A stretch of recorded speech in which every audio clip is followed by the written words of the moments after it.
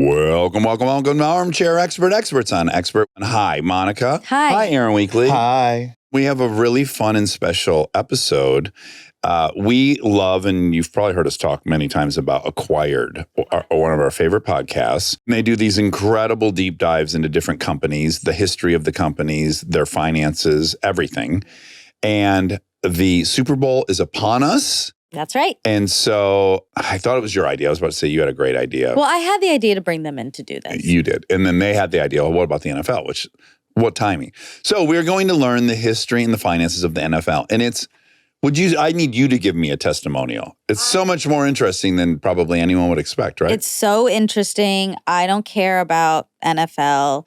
When they suggested it, I thought that's a good idea for timing, but I'm not that. I wanted the row. Sure. But you know what? It was so fantastic. And I was talking about it all night at your party. Acquired is hosted by Ben Gilbert and David Rosenthal. Please, if you like this, check out Acquired. There is certainly a business that will interest you. Costco. Everyone should listen to the Costco episode and be reminded what a beautifully run business. Ethical. Very ethical, lots of integrity.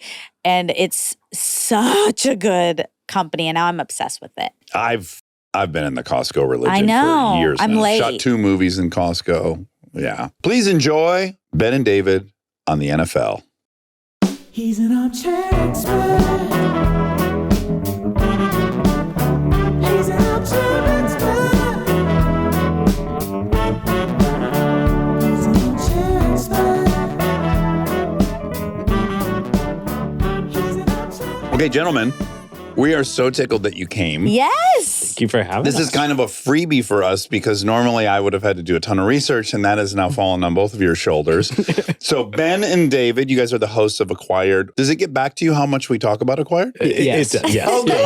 Thank you. Good. We Yeah. never know if Appreciate we're in a vacuum or not. I know. Even my Hermes hiccup seemed to have made its way back. Because you liked it so much and you wanted to buy one of the old Yeah. bags. And I stand by it. Yeah, she I got don't a think little... there's anything wrong with liking Right? Hermes. Thank you. It is a truly unique thing in the world, and they make it by hand, and it's Yeah. special. Yeah, Wait, why'd you get in trouble? I was unrelatable. too rich. Yeah, I get it. When I was poor, I hated people like But I Monica, but now I love people like I Monica. don't have one. That's the whole point. Is I don't even have one. I just want one. There's something interesting about what we file offensive or gratuitous and what we don't, because like a piece of art, right? No one's mad at Picasso's worth $150 million. So like, well, that's kind of rad. But for some reason, this is very triggering for people. You're mad at the person who owns it. What I think the counterintuitive thing that I didn't realize till we did the episode on them is like, there is this spectrum between a functional object and art. And Hermes is somewhere along that spectrum, whereas stuff you buy from Amazon is about the product. Yeah. You're buying history and brand when you're buying Hermes as much as you are the product. Yeah. Yes. Well, I'll tell you, I think it was your Hermes episode that got me interested because our friend Eric, who has zero fucking interest, he was a lawyer who quit and now he just trades stocks. And he called Monkey. He's like, I've got to get some Hermes This stuff. is how it happened. This was so funny. We were at a dinner and we both had these like Goyard card case holders or whatever, me and this other person, and one was a dupe. And so he was looking at both of them and he goes, you know, the saddle stitch is the most impressive stitch. And I was like, excuse me, how do you know that? And it was because he had just listened to your episode and he got all of us like totally in. Yeah, all he knows about is the stock market. He vaguely knows law and he knows peptides. And somehow he was doesn't now an know who expert Natalie at- Portman is. Soccer team owner, I think. Yeah, exactly. You've heard of her. So at any rate, it's really, really great to have you guys. A little bit of background on both of you, because this was a question of mine when I started listening. I was like, why is it these guys have such a deep knowledge on all these things? And then as you cover different companies, I would say that Meta episode, which was phenomenal. I was like, they had to be programmers or something for them to understand the tech as well as you guys both did. I'm sure one of you was better than the other. Ben, yeah. You have a computer science degree. That makes a little more sense. But I'm just like kind of trying as I listen as a fan of the show to trying to piece together how it is you guys ended up with this podcast. So let's just start with it really was just an endeavor for fun, right? You both have your own careers. You both have different disciplines. So, Ben, kick us off with kind of how you came to the podcast. David and I met at a Passover Seder, and we sort of instantly hit it off. Nice. Okay. You know those friends where you keep thinking, we should do drinks more often, and you try, and then it's like every 2 or 3 months. Yeah. You're like, why don't we see each other more often? Well, at one of these scheduled drinks that actually happened, I brought up the idea. I gave David 2 pitches. One was acquired and the other was a podcast that was a much worse idea. Ooh, I would love to know yeah, the me worst too. idea. It was companies that had successfully innovated more than once. Yeah. Like And the it would have incredibly been a very short rare. list. I was going to say, I can imagine you get a ton of episodes. You out might of that. run out. Yeah. Okay, so but you went to Ohio State. I did. Congratulations. Didn't Thank you guys you. just win? Thank you. They We took did. it all. National champions. Well, I went to UGA, so I also have a national championship Congratulations. background. Just saying. I'm just throwing that out there. You and I did a lot. We've to done earn this. so much. Yes, yes. I see you, another fisherman. Now, okay, why did you end up at Ohio I State? grew up in the Cleveland, Akron area. I applied to 9 colleges, but my entire family went to Ohio State, and we were touring, and we were opening different gates, walking around the horseshoe, and one was open. And so my dad and I walked all the way up to the top of the south stands. We're looking out over all of campus, and I'm looking out over the field and realizing I could go to a lot of games if I come here. You know, the family history and all that, but I think there's a specialness to being in a place like that and looking around at what your future could be. Yeah. I'm going to keep this really brief because Monica will kill me. But just off the top of your head, what's the greatest amusement park in the history of the world? Greatest Cedar Point. Yeah, of course. That's an easy question. You got that right. Halfway between Cleveland and Detroit. Yeah, Sandusky, Ohio. Cedar Point Every comes. time we have any guest on within the tri-state area, we'll do 20 minutes on Cedar Point, and she cannot stand I it. hate Cedar Point now. I'll never go. We should have done it on Cedar Point. Yeah, recently Millennium acquired Force, Top Thrill Dragster. Magnum XJ220s, the Gemini, the Demon Drop, the Corkscrew. Oh my God. Yeah. They were just acquired by Six Flags. You really could do an episode on them. We actually should. Yeah. you just turned me on to was it Defunct Land? Yeah, this YouTube channel. What's that? It's like, well, Ben, you can tell it better than me, but it's like acquired episodes of like old defunct amusement parks. Oh, that's fun. Yeah. This could be the first thing that got you interested in Cedar Point if they actually did If an you did, acquired I on it. would. Yeah. I It's would too listen. successful to do it on. They need to, like, have you ever heard of Action Park? They just made a documentary about it. No. In New Jersey? Yes. Yes. This was like the YouTube channel that popularized people looking back and being like, that was completely insane that Action Park existed. And then kind of took it from there and made I forget the stat, but I just read it as well. And it was, I want to say it's in the order of like 6 trips to the emergency room a day that it was open. Nope, that no park. thank It's like a badge of you. honor. And I think Oh. Adventureland, that movie, is based on Oh, that. no way. Yeah. I think the writer of that film or director worked there at the Nuts one. And people would go upside down and they would come out with lacerations. and yeah. Okay, so you graduate with a computer science degree and then you end up moving to Silicon Valley? Is that it? Seattle. To Seattle. Okay, sorry. I was going for a job at Microsoft or Google, and I had an offer from Microsoft. I made the mistake of saying I also am waiting to hear back from Google, and they said, when are they going to tell you? And I said the date, and they said, well, we're not going to extend your deadline. You can tell us before you hear back from Google, or that's it. Oh, God. And it that was was like- your first lesson in negotiating. I know. Yeah, that's a rookie mistake. So I have no idea if I would have gotten a job at Google or not, but You just took the Microsoft. I wanted to go to the West Coast. I wanted to be in tech. I grew up in Ohio, and that was my ticket. In retrospect, do you wish you had worked at Google? Or No, you were- it worked out great. I live in Seattle. I've been there, 12, 13 years now. It's been awesome. great I met place. David there. Yeah. I wouldn't have acquired. No if- acquired. if not for that. No Microsoft. Okay, now David, you go kind of a fancier route, if we could say. I don't have any national championships. You in do my, a little Princeton, more elite. undergrad at Princeton, and then Stanford. Graduate school, you have an MBA. And what's your undergrad degree in? oh boy, French literature. Oh, you romantic son of a bitch. The long hair, nice. the angular features. Yeah, you want to mix. You know Ben- you're a Ben babe, brings right? the- You're, you know, you're the- aware of that, right? You're a babe. You must know this, right? I appreciate that. Yeah, what a stud. Ben, you're hot too. I don't want to leave you out. I grew my hair long during COVID. It didn't play as well as. Yeah, that's an enviable head of hair. So, okay, how do you end up? I always wanted to work in venture capital. Mm-hmm. Not the easiest thing to do with a French literature degree. Right. Just sort of randomly, I learned about the industry at Princeton, actually, and I was like, I would do anything to do this. Sounds like the coolest thing in the world. Yeah. And I got an opportunity a couple of years later to join the biggest venture firm in Seattle. I didn't know anybody in Seattle. A headhunter called me and I was like, hell yeah, I will move to Seattle. I will do that.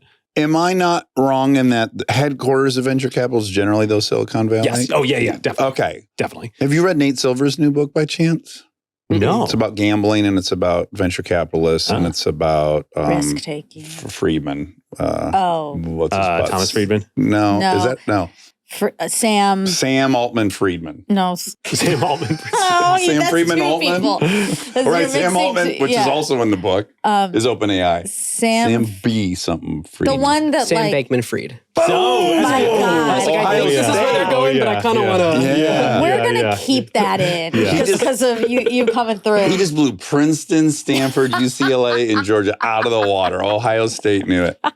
Okay, so you end up there and you were employed in that capacity. That led to the Passover Seder where Ben and I intersected. And then we were trying to recruit Ben to join us at Madrona at the firm. And Oh, wow. then we ended up working together. And so that's how this beautiful friendship began. Wow. This is great. How many years ago was that? 10. Okay. In Well, fact, 10 that we started acquired. 11 that we met. So Dave and I were just in Taiwan doing this crazy interview with Dr. Morris Chang, who started TSMC, one of the very few trillion-dollar companies in the world not on the West Coast of the United States. The Wow. guy's 93 years old. Oh my God. I mean, he was around at the beginning of Moore's Law. He's Whoa. a central figure Legend. in semiconductors. And we realized that we were doing that interview exactly 10 years to the day from the dinner, from Inception. the drinks where we decided Oh. to do Acquired. That's awesome. Isn't it crazy where these podcasts can take you? We're in the hotel in Taipei. You texted me the more we're like, getting ready to go over to his office to interview. And you're like, this is the 10-year anniversary. Like, I was like, what a way to spend our 10-year anniversary together halfway around the world. Taiwan. Yeah. Yeah, we're interviewing you on our 7-year anniversary, and I feel equally. Is it really? Is it? No. No. Well, it'll come out probably. No, the On our 14th. 7. The 14th is our actual anniversary of the first episode out. Our first recording, I don't know. Okay. What? I should know this. What gave you guys the idea to do this crazy thing? Ooh, wait, I think I know this. Please, If please. Wikipedia is accurate, you wanted the opportunity for people to experience what an AA meeting is without necessarily having to become an alcoholic. Pretty first. much. Yeah. Could we do in public what happens in an AA meeting? But I think It'll there's a lot of explanations. Yeah. They're all kind of true, and Yeah. there's not one. But probably more accurately is Serial the podcast. Because Monica and I were both consuming it. And at the time, Monica was babysitting. Uh-huh. And we would fight for hours in the kitchen about whether Adnan was guilty or not. I'm like, you're not a dude. You don't understand. Yeah, dudes do Yeah, fucking I'm like, weird yeah, you're stuff. I not know a kids woman. like, You yeah, don't it's not understand. shocking. We would fight nonstop. So we had a hobby of arguing with one another. Which turned into arguing about just everything. Yeah. We thought that's good. That's a good engine for a show. Good grist for the mill. Yep. Yeah. Ooh, good grist for the Yeah, mill. that's nice. They're gonna know a lot of I know, venture we're gonna capitalist write it. terms. We're gonna yeah, write Is Do a grist for the dictionary. mill? Yeah. It's like, Yeah. yeah. Ooh, I love it. Good grist for the mill. Serial paved the way for this whole industry. Okay, so you guys start doing it and it's just for fun, right? You don't have any aspirations, I can't imagine, nor did we, that it would be a business. And at this point, it's also a nice little business that you guys have, I'm imagining. Yeah. It's our whole thing now. Yeah. Yeah, so do you not guys do VCs the- anymore. You're Oh, not. you're completely retired from all that. Yeah, we are full-time podcasters. Oh, wonderful. We Isn't do it some the investing as part of Acquired kind of Aside. but all our previous careers we have sunset and now this is That's this is awesome. our, What year did you guys make that decision? And did you guys get together and be like, I think I'm ready to? I we was did it just different last times year. actually. Yeah, David Yeah. did it 3-4 years ago. 5 years ago now. Wow. Oh my goodness. And Ben, you? Last year, Last year. Okay. How does it feel? Scary? right? That's a good answer. We're entrepreneurs who took the least risk out of any founders I've ever worked with. And by the time Well, we're doing a different thing. but by the time I went full-time on it, it was an extremely good business, very established in the world. It's not like I plopped down my life savings we and said, accidentally let's built bet it it on the all. side. Yes.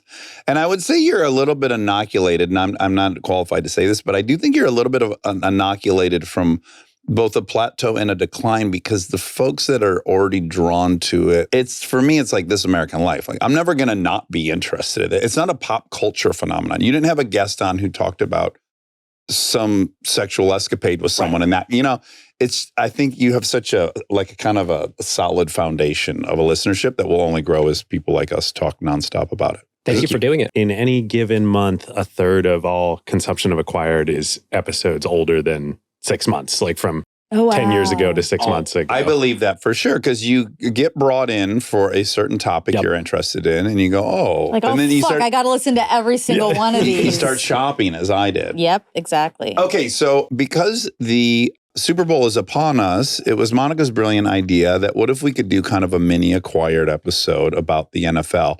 I think the economic... Oh, no. I'm not going to take credit for that. It was my idea to bring them in to do an episode for us. Okay. And then they brilliantly came up with the NFL. It's You can too have credit. smart, It's okay. to be honest, How for you. dare Yeah, you? it really did. It always was a little suspicious. No, we Sure. workshopped 6 or 7 different We ideas did. before. Of course, I threw out the Oh my row. gosh, Taylor Swift's car collection. The row. This candle company I can't get the candle of. Anyway. Wait, is Taylor Swift a car collector? No. No, but they have a great episode on Taylor Swift. I know that.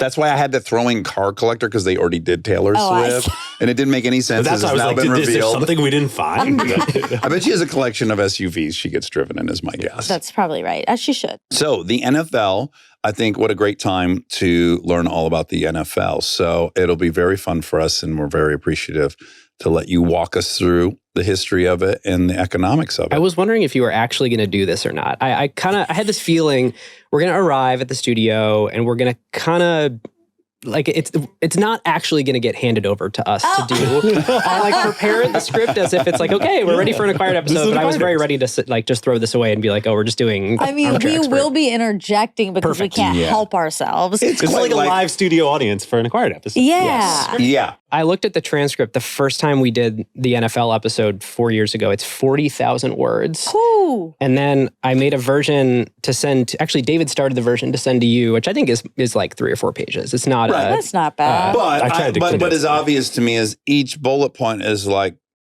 it's clear the Browns win for a decade, ruining the thing. Well, that you're not going to say that sentence. We're not going to hear more about that. This is a very concise bullet pointed outline. Yes. So yes. Well, our recording day typically is an 8 to 10 hour day. It is. And it's just straight through. Because we never can remember, people say why don't you split it over multiple days? But you probably know this, you lose the thread in your head. Of course, Yeah. yeah. And your What did voices we- sound different. Yes. Too. Mhm. Yeah. So that 8 to 10 hour day turns into a 3 to 4 hour episode when we cut, because we sort of produce for each other too. Okay. I'll be at home in Seattle, David's at home in San Francisco, and we're both saying do that again, but shorter. Do that Oh, again, but nice. punch up this part. That part's actually not very interesting. And You're so- co-piloting one Yes. another. That's nice. You guys probably have a little ego that if you're able to take that from one We have another. large trust with one another. That's lovely. And we've Yeah. had good, hard conversations that have sort of let us, we have trust. Okay, so The NFL. Yeah, The NFL. Yeah. Here we go. Football is by far America's favorite sport. The Super Bowl is watched by over 100 million viewers every year in approximately 2/3 of America's household. My favorite Super Bowl stat is that the weekend with the fewest weddings per year happens on the Super Bowl weekend. You know Seth Green, he's a geek, admittedly. He loves the Super Bowl because he goes to Six Flags because nobody's there. He's he's basically renting out the place. Sunday afternoons when in Seattle there's a Seahawks game on, it's actually a great time to go to Costco. Oh, yeah. Another fantastic episode of yours that really turned me on to Costco. That's my favorite company. My favorite company too. Yeah. I've shot 2 movies inside of Costco. And it was No way. Yeah. And I loved it. One was just nights for 6 weeks. I had a bicycle I rode around. I had a little What movies? thing in my employee of the month. I had a little notebook in the back of my pocket, and I would find items I wanted when I got home. And I had just accumulated this list of So wants for awesome. 6 weeks. Such an admirable company. Well, my favorite thing in your deck was of the 100 most viewed broadcasts of the entire year, 72 of them were NFL football games. Holy shit. And in previous years, it's been higher. It's been closer to 82 to 85. last year, because of the election, Yeah. there was things that people watched en masse. But basically, America watches NFL games, college football games, the Thanksgiving parade, and presidential debates. And other than that, shit. Nothing cracks. I mean, that. kind of the punchline of this episode is the NFL props up the media industry at this point. Like, Yes. accepting the streamers, which that's a whole nother conversation Yeah. of like the economics of that. But like linear television would be deader than a doornail at this point. And Yeah. like probably all the other conglomerated media companies, again, except for the streaming part of it, like there's nothing else that people watch on TV anymore. Yeah. And it has the most coveted audience, which is they're watching it live and they're going to sit through the commercials. Exactly. Yeah. So award shows are not making the list award there. shows do. Okay. That is one of the 20 that are not the Got NFL. it. Interesting. Okay. Also interesting, like just ESPN, right? And Fox Sports, like looking at ESPN was responsible for, I don't know what, some enormous percentage overall of Disney as a corporation. You go like, oh, sports is... Historically, every year it's a little bit worse. It's getting eroded, but Yeah. But there were moments, right, where that was just the crown jewel in this thing with all the IP. And it's really And impressive. sports really in America means like the NFL. Like it's not baseball anymore. Yeah. Basketball's basketball for a like 2 months. complicated thing, but yeah, I mean, it's basically just the NFL. The fact that the NFL is the thing that America watches is extremely intentional and has been finely tuned every year for 100 years. Really, World War II was I think the NFL more than anybody else, NFL collectively, the teams and the players are different, but Okay. the NFL as a collective embrace this is a entertainment product. Right. And we need to put the best entertainment product on the field, but really on the television screens of America. And that is what we're optimizing It is for. the most incredibly produced content you see. I mean, the 17 camera production, the whole director, producer. I mean, it's you kind of forget the that graphics, it's the storylines. yes, that it's a show Yeah. while you're watching it. You Just as do much as forget it's a that. I sporting don't event. think of it like that. but- My 10-year-old was watching the Lions game with me a few weeks ago, and she goes, how did they know that was going to be the score? And I go, what do you mean? She's talking about the graphic. There's this like incredible graphic package that happens instantaneously. Yep. And she naturally is assuming, well, someone would have to design that a day or two ago.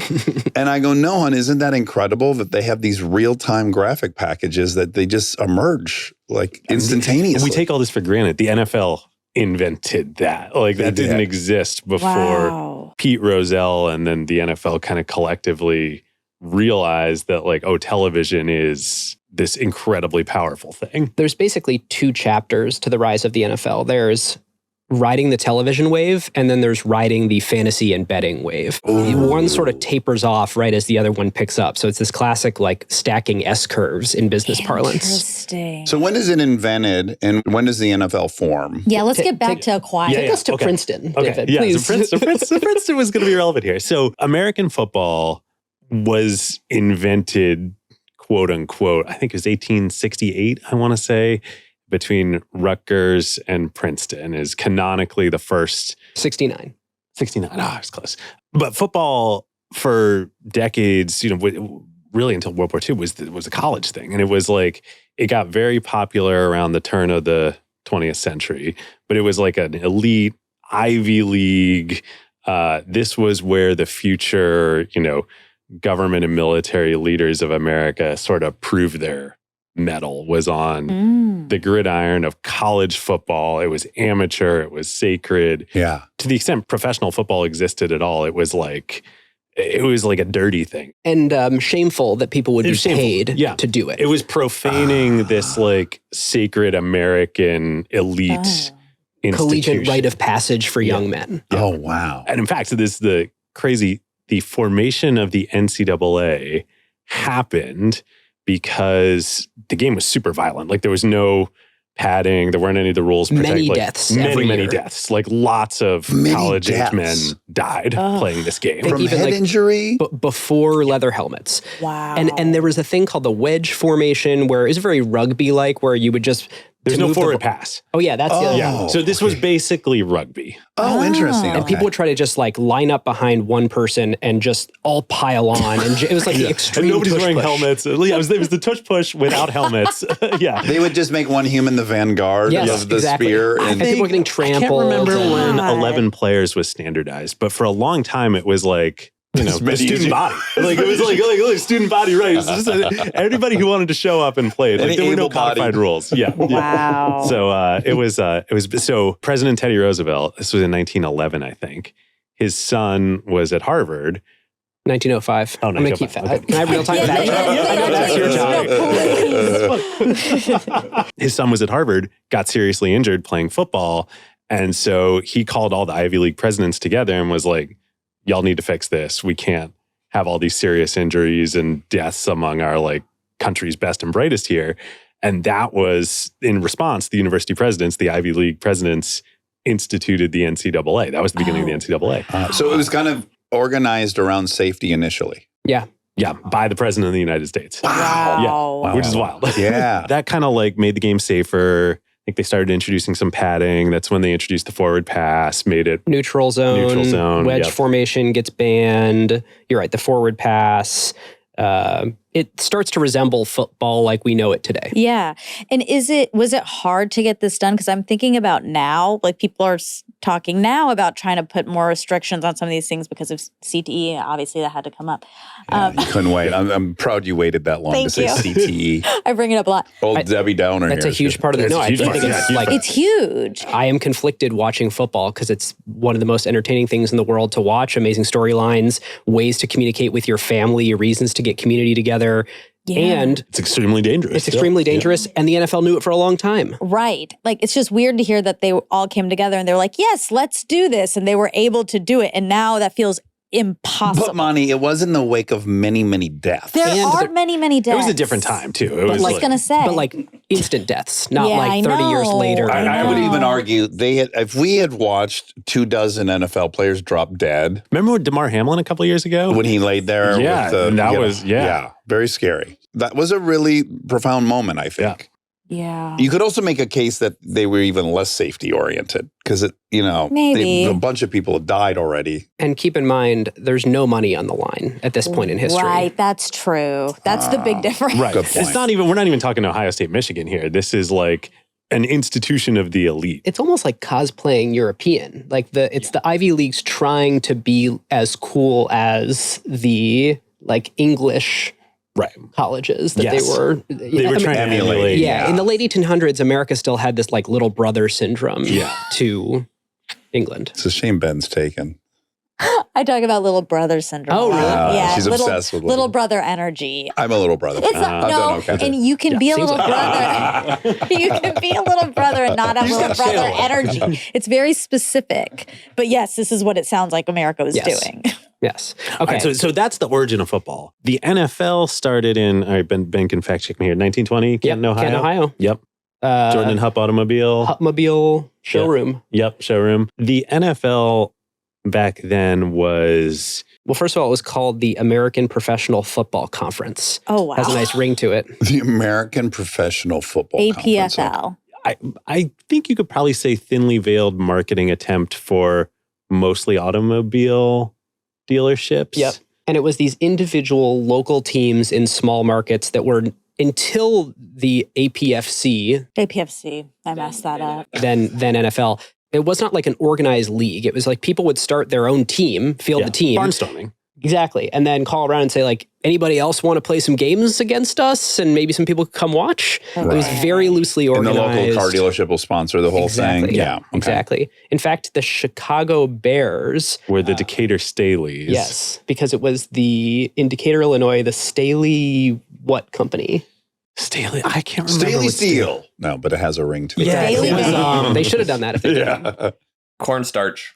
Cornstarch. Wow, this is why you have a Cornstarch. producer. This is Yeah, he This is real amazing. times. Yeah. It's nice. Yeah, yeah. we're like flashing forward a little bit to the Decatur Staleys, but this idea that you couldn't really, in good conscience, have a proper professional football team. It had to be, we all work at the same company. Like a company softball team. Yeah. Exactly. That's exactly. It was a company softball team. So there's the Canton team, there's the Columbus Panhandles, there's the Akron Pros. I Yep. mean, this is Yep. the original Wow. Yeah, this grew into NFL the NFL teams.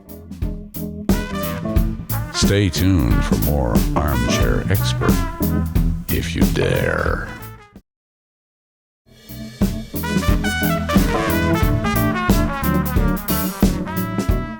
So there's 14 teams. Teams sort of came and went. There's some great infographics on this. You kind of look, and the modern teams have sort of been there for a long time. The early ones are a complete mess of like, this team was in one year, but not that year. And then the next year, it's constantly cycling through. And so there's a few of these original APFC teams that survived. The Bears, like we've been talking about, the Cardinals, and the Packers, where it's sort of the original three surviving. The Packers are the only like legacy of this era. Like, why is there an NFL team in Green Bay? So was Packers, was that a nod to meat packing? Why was it the Packers? Do we know? Can we get a real-time fact check? The Indian Packing Company, the meat packaging. Meat Meat packaging. packing. Okay. I heard assume it this. was probably like the Staleys, like whatever the company was that was Yeah. sponsoring this. Yeah. And the other team. reason they needed a sponsor was because it didn't make any money. And so Right. everyone was doing it sort of for the love of the game because they were, otherwise you just are, I think they're paying players already, but at the very least, Well, they're employees of the company. right, there's like operational stuff to do to market the team and to get people to come to the game. And so every single team is loss making. And do we have any sense of what the attendance was of these? Are they playing in like high school stadiums? Are they playing in college venues? I think in this time it was like sub 10,000, maybe sub 5,000. Right. So this is state of play till World War II. Nobody has ambitions. Like there's no vision of the NFL as we know it today, So 38 years of that. basically. Wow. Until 44 to 1945. So 06. 1920 was when the 20. Oh, NFL started. 1920. So Okay. 25 years. Okay, great. Then World War II happens, and that leads to a couple things. One, the whole west coast of America, here, Southern California, all this like happens. Television. Small market teams can't really survive because there's so many people that are going to fight in the war that you sort of have. I think this is when the Staleys moved to Chicago. The Cleveland Rams would eventually move to LA. In World War II, the Steelers and the Eagles actually combined to form the Steagles Yeah, this is because they awesome. could not field a full roster. It's kind of amazing they eventually decoupled and went back to their original teams. So then post-war, all these GIs come back and they need, they want an entertainment product, all the building of a modern America. So importantly though, the GIs are not, Ivy League educated people. They have no affiliation. They have no reverence for this sacred institution of the elite, of the past. Profaning the college game, that means nothing to them. So like, I'll add, the end of World War II is the birth of the Hells Angels. You also have a lot of young men who are now bored out of their fucking mind. yeah, totally. Yeah. Totally. Even before everything the NFL has done to make it an entertainment product, you just go see a high school football game. Like it's entertaining. Like, it's Yeah, a compelling exactly. thing to watch. So after the war, an upstart rival league to the NFL gets started, and that's the AFC. AAFC. Yeah, the AAFC, right? The And that's All-American Football Conference. and the, AAFC. AAFC. Okay. and the centerpiece of that is Paul Brown. So this guy, Paul Brown, folks may know that name, the legacy of the Browns. The founder of the Cleveland Browns went on. I didn't, and I've always wondered why a team would be named the Browns. So finally that's It's a great answered. color. Yeah, It right, is. It's a great color. But also it does have poop connotations. The Browns? Yeah, it does. Yeah. It does. okay. But now we know it's a human name. Yeah. Not the first thing I would probably pick. Blank slate. So, I prefer Steagles. To add even more confusion to this, he would go on later in his career to coach the Bengals, and the Bengals stadium was named after him. So Paul Brown Stadium Oh. is in Cincinnati, not Cleveland. Oh, weird. wow. Okay. Yeah. And what was his background? He's, I imagine, a business owner of some. I mean, he's got some money. No, he's a football coach. Oh, okay. And he's like the first modern football coach. So he coached, I think it's the Massillon Tigers high school football. He eventually goes to Ohio State and then Navy, right? Yes, he's Ohio State's football coach, and he's the first one who is deciding, let's watch game film. and let's get everyone in a room and let's be analytical Let's about have a what we could full-time have done built-out better. coaching staff. Yes. Oh, wow. Let's have a coaching staff that's dedicated. Oh, we need a quarterback coach. We need a defensive coordinator. We need an offensive coordinator. We need to employ these people year round because we need to do recruiting. We need to plan in the off season. He gave the players like written tests on the. Yes. We all know now it's like, oh, football's like a physical game, but it's also a mental game. Until then, Right. like nobody was like Acknowledging the not mental a mental aspect. game. Nobody was honing that, which is arguably the more difficult part of the game. Oh God, yeah. And he's pioneering the earliest stats. You know how you talk to like football obsessed people now, and there's 30 different stat lines that they can quote you.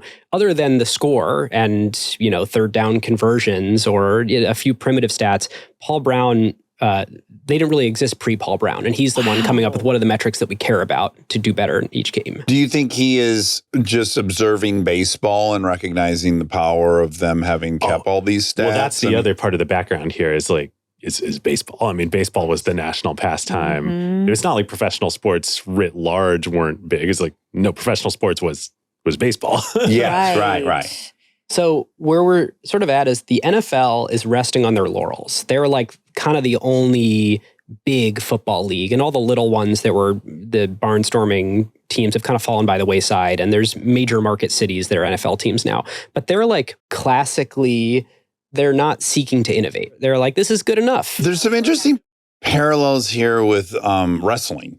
Yeah, it's very much like wrestling. You know, all these Very much- regional divisions they Yes, chopped up. Who would have exactly. TV rights, Yes. and someone, McMahon was smart enough to start trying to accumulate, and This is where the McMahon characters start to emerge. And Paul Brown's, he goes and fights in the war. And then when he comes back, he was well known enough as a college coach, I think particularly from his time at Navy, that a group of entrepreneurs had said like, oh, we should make another professional football league in major markets all across the country, take advantage of television.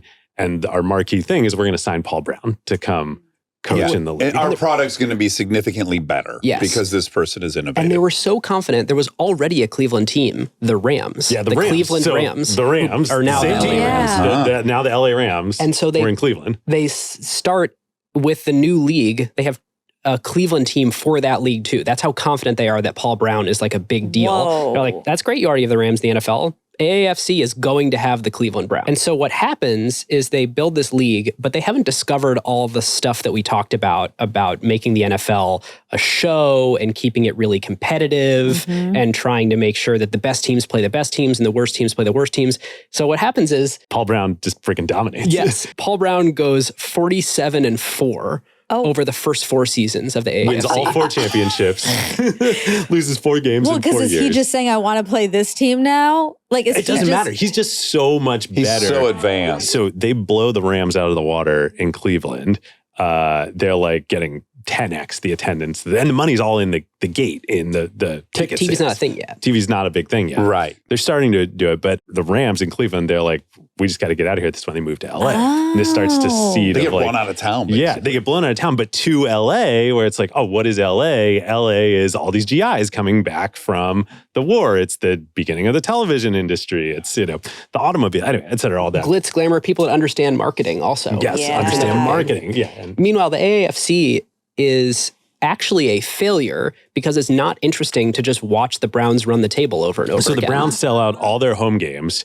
No other games make any money. Like the Browns go on the road. Sure, some people want to come see Paul Brown, but like they don't want to see their team get decimated, And then the other teams aren't that good. Yeah. So the league they're is a like the victim Browns are of like that crushing it, monopoly, but the basically. league is floundering. So the league actually folds. 1950, they had only played 4 seasons. The Browns, 49ers, and Colts joined the NFL, which that does the thing you're talking about, David. There's now 2 Cleveland teams. It's a big problem.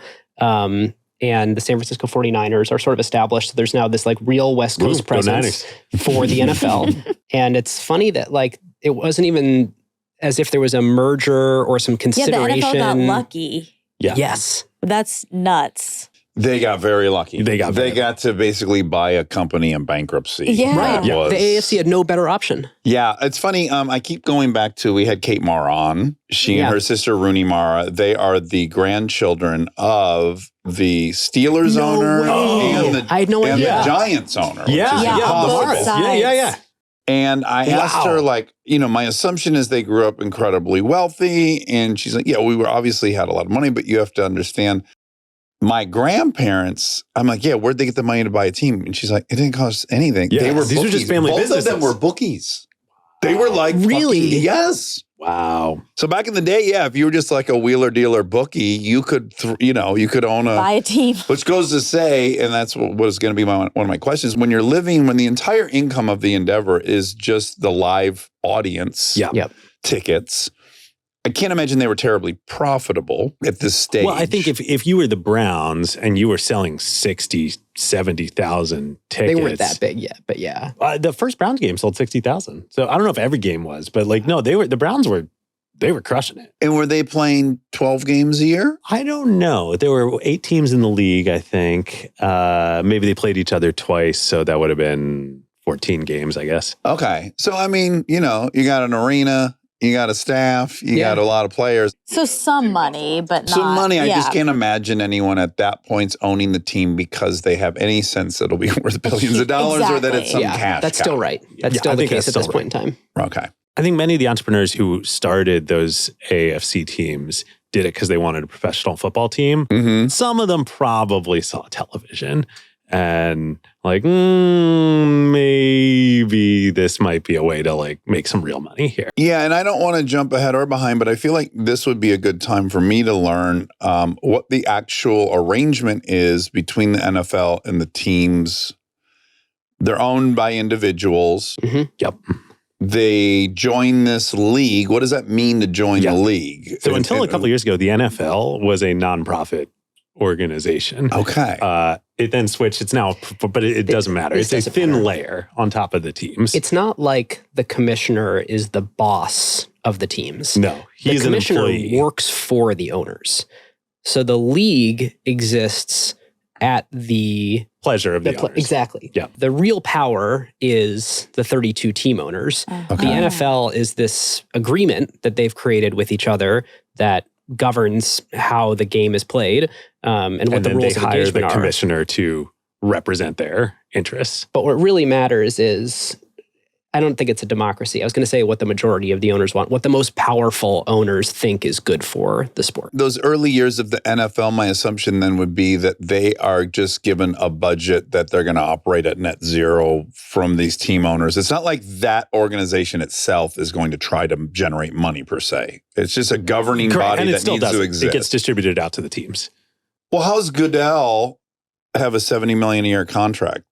He's paid by the team owners. The top level NFL entity does not its mission is not to like aggregate profits. Let's flash forward to today. Why is the NFL so freaking awesome? On average, 70% of all the revenue for each team comes centralized from the league. The bulk of that is the television deals. So the NFL uniquely, and this is what we're going to get into, centralizes and collectivizes the television. So when you watch football and you're watching it on Fox or you're watching Monday Night Football on ABC or whatever, YouTube TV, any streaming network, that's all 32 teams collectively as the NFL do those deals. Right. And then share that money out to each team. Yeah, it's not like the Rams are striking their own TV rights with anybody. And until recently with the NBA has now moved to the NFL model.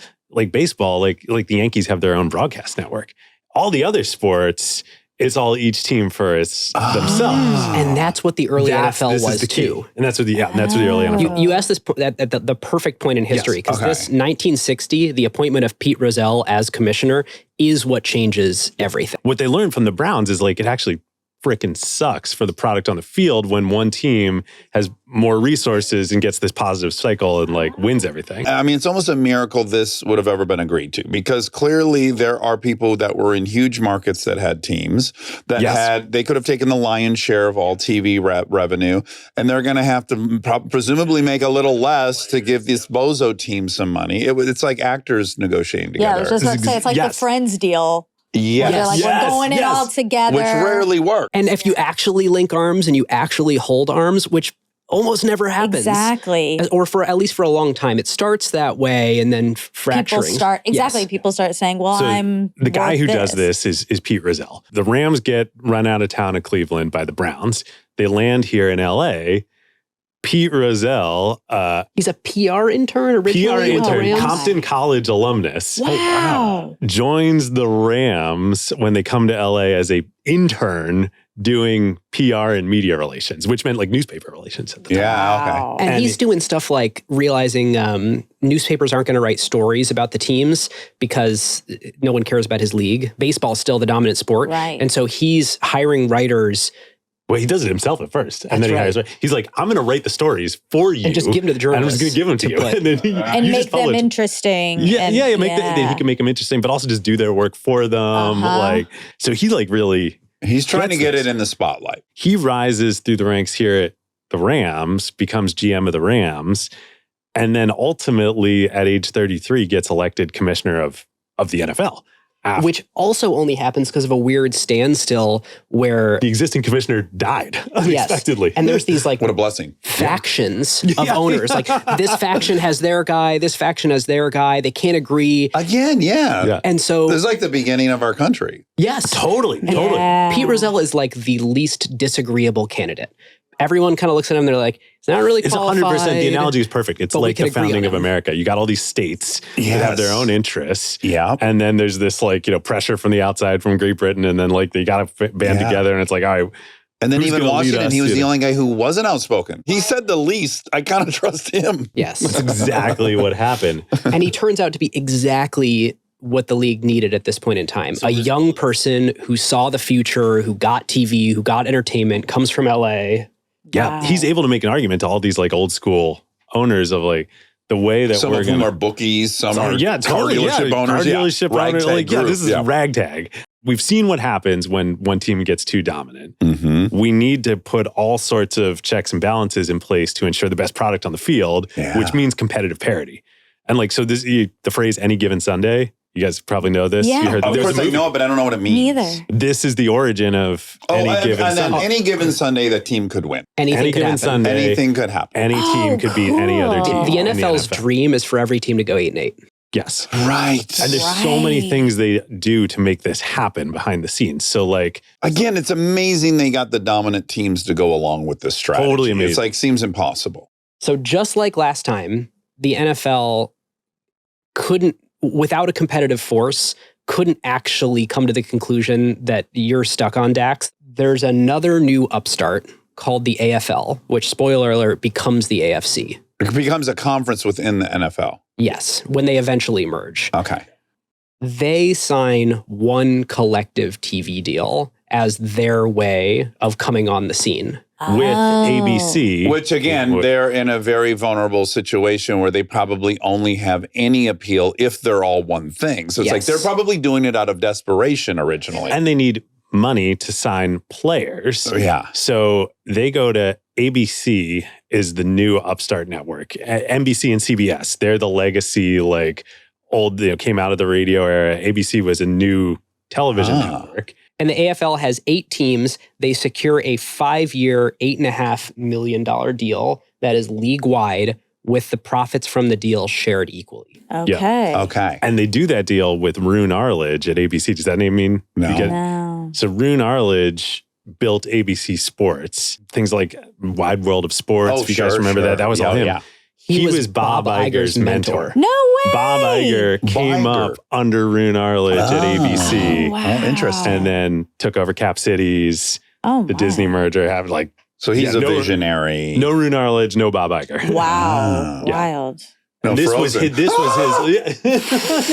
Don't even say that here. But so this was Roone Arledge's like big career defining thing was Signing this. signing this deal Wow. and Yeah. like national football. And NFL is already being televised on those other networks at this point? Or But on one-off local deals. right. So the owner is going to the local affiliate and Yeah. saying, Detroit WKBD. Exactly. Yeah. So the Giants had like a great deal in New York. I think they were making a couple $100,000 a year in TV money. There was just the Giants. Huge market, yeah. and so this is the bargaining chip that Rozelle needs to then go to the owners and say, look, if we don't do the same thing, they're going to smoke us. This is the right strategy because it will ensure that all of the teams are doing well so they can be the most competitive and the most entertaining and build we're now starting durable fan talk bases. about real money from this team, like $8.5 million in whatever this is, 1960-ish. That seems like an unsellable proposition. well, depending on it's who so you- impressive that they did it. It's just like the old adage we hear all the time, like the rising tide